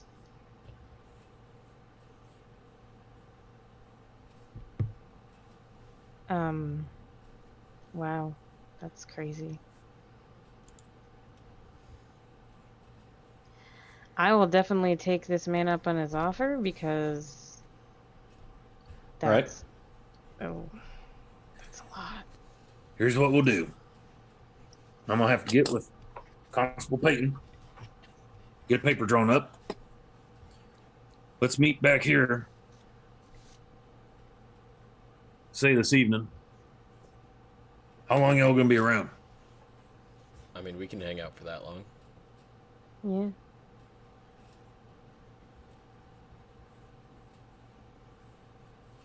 Well, we find somewhere to camp for the night and then head out fresh in the morning.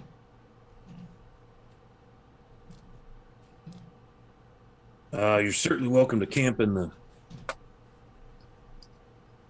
the center of town here in Trader's Quarter. There's a caravan here now, but plenty of room. We can do business first thing in the morning, or we can finish up tonight. Hold on to your money till we get our document drawn up. All right.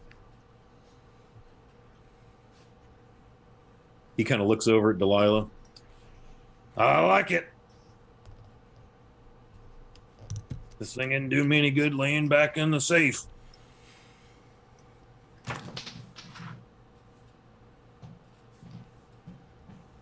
I don't know. And he looks at you, Flint. Just something about you. I don't know. Feel good about Yeah. this. I get that a lot. I'm sure you do. She finishes up counting up your tiles, and it is, 3,750 gold, right? Yep.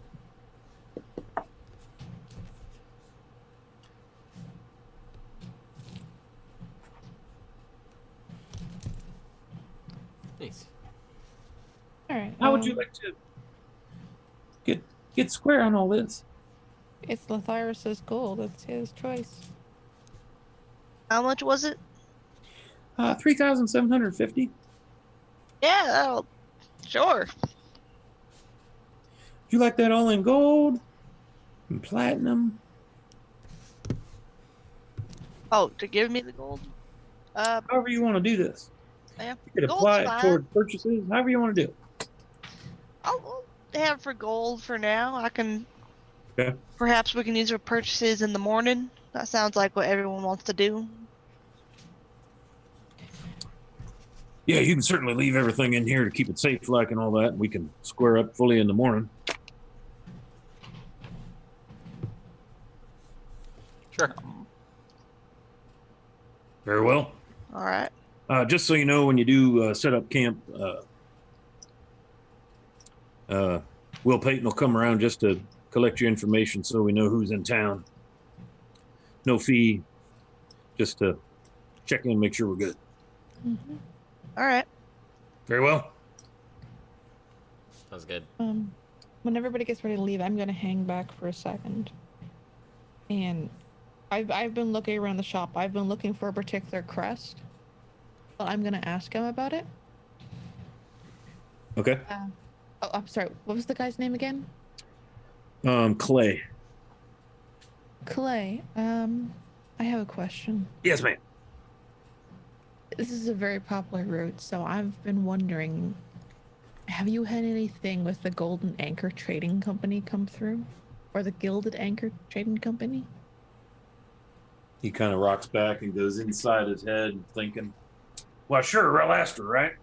Yeah, it's a golden anchor with a rose. Not in some time. You thinking like a caravan, right? Yes, they're mostly shipping, but I know they do a lot of work inland as well. Mm-hmm. Mm-hmm. When was the last time you saw anything come through with that was theirs? Oh boy, I bet it had to have been last summer. Yeah. Do you know what the Yeah. items were?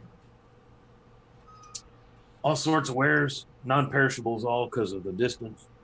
Mm. Some fineries, materials. A lot of weapons, decent weapons. Some of them probably still here. Yeah. The people Think that that- came through, there were any, did they have any prisoners with them? No, I'd have seen that right away. I'd have noticed that. All right. Well, I would suggest in future, if you deal with them, to be very careful. They're not an honest group. His eyebrows go up. Really? I Hmm. appreciate the heads up on that.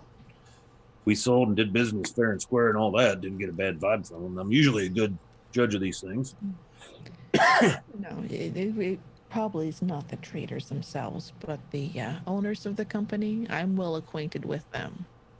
And yes, they're the Lavals out of Rel Astra. I would be very careful when dealing with any of them, even if it's just their lackeys.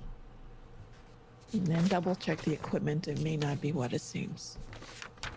You seem like good folk. I don't want you to be involved Appreciate in that anything. very much. I'll go back through, see if we got anything that I can recall that's from them, but appreciate that on the heads up there. And Harlow will give him a big, wide, honest smile and just wave and walk out and to find her friends. He kind of looks over at Delilah and she looks at him like, well, that was weird. You know, seem grateful for the tip. Okay, so tomorrow morning you all will square up on your rubies, the cost on the healing potions, the rapier was at 350. I think we got the bag of holding down to 2100 if you agree to the little reward program that the constables got going on. Otherwise it was at 2300. That sound about right? I think so. Yep. Okay.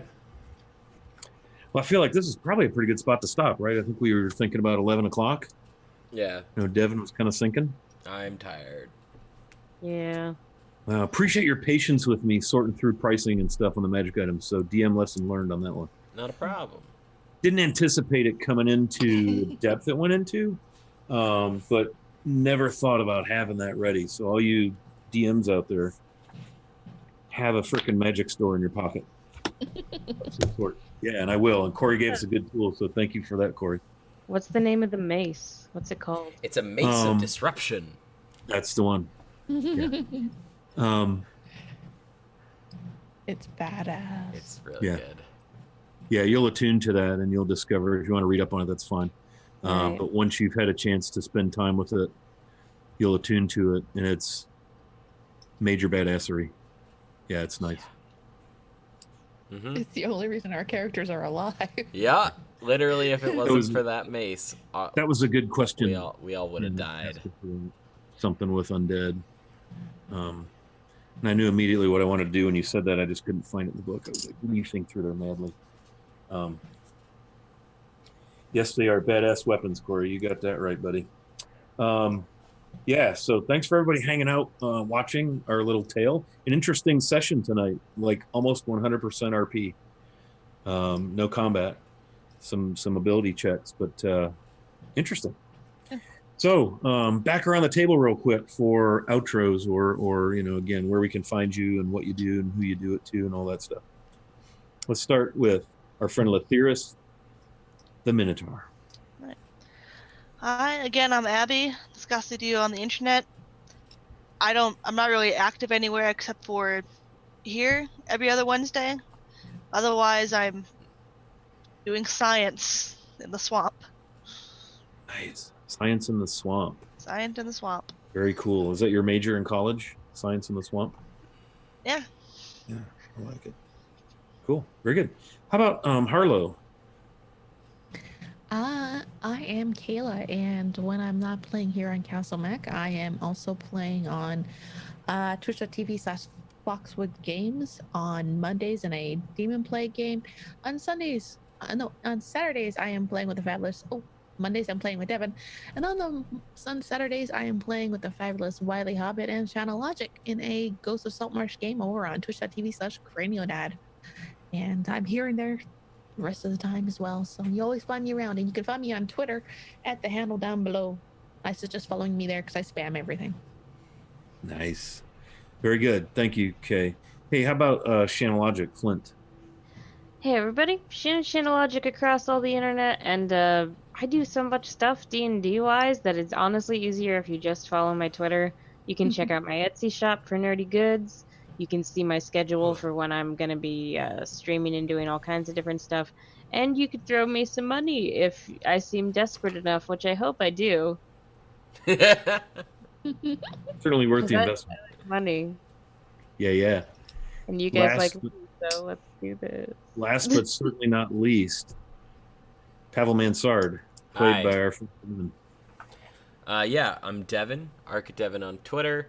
I play here, alternating Wednesdays. I play every Monday in the game that Kayla mentioned on Foxwood Games. Demon Plague by James Intricasso. Good meat grinder of a campaign. Oh God. I paint miniatures. I'm trying to get people to pay me to paint miniatures, so if you have a mini you want to paint it, I'll paint it for you if you give me money. Yeah. Other than that, Nice. I'm around. Awesome. And you climb rocks. I do. Good stuff. I do. Climb walls. I'm very sore today. Yeah. Ugh, From that. sounds harrowing and difficult. Yeah. Very it's impressive fun. nonetheless. Hey, and my name is Scott, known on the internets here on Twitch and Twitter as Wiley Hobbit. And I just love D&D, and it's a real honor to hang out with these fine folks. And we're really grateful to our good friends, the Castle Mac crew here on the Castle Mac channel. We're the other installation or the other installment of Macolites. There's a Macolites group that is actually wrapping up for a while on every other Monday that Corey D and Diapers leads. And I think they're kind of grinding to a halt for some family planning outcomes for Corey. I think they're adding another person to their numbers, so he's got to jump out of the DM's chair for a while. Yeah. But make sure you catch the last couple episodes of Shards of Amber. That's been great. I also play in the Saturday night group on Cranio Dad, the Ghost of Saltmarsh. That's been a blast. Then I got some offline stuff I do with like real bags of flesh in the realness. But anyway, thank you all for hanging out. This story just keeps getting better and better. And it's due in no small part to the awesome RP of our players. So kudos and bravo and all of that. Well done. And we'll see you all in a couple of weeks right here on this very Twitch stream, 8 p.m. Eastern Daylight into Wednesdays. It'll be Into the Borderlands session 22. Thanks for hanging out. And we are going to go do other things now. Yeah, anyone know a channel we might want to raid? Chancellor, thank you for the bits. Almost missed you there, buddy. Thanks for the 500 bits from our good friend Chancellor. He's also in the Saturday night game. Wonderful guy. And then he DMs a Star Trek game here on the occasional Friday night that Misery is also playing. Yeah. So He's fantastic. lots of good stuff. He's also on our Saturday night game. He sure is. Yeah, plays in our Saturday night game on Saltmarsh. So what do you got for a channel there? I don't know. I was just gonna ask. Does anyone have any channels look they at like? what I see out there. Is Welcome to the Party doing anything? That's always my no, they are favorites. offline at the moment, surprisingly. Well, I see Scrat? Legends of Evantris is on. Legends, Scrat's on. You know, I was just Yeah. thinking about Scrat the other day and how cool of a person he is. We'll raid Scrat. All right. Thanks Yeah, for those of you everybody. that don't know, bye. running D&D for newbies, so check him out. See you, everybody. Bye. Thanks for hanging out.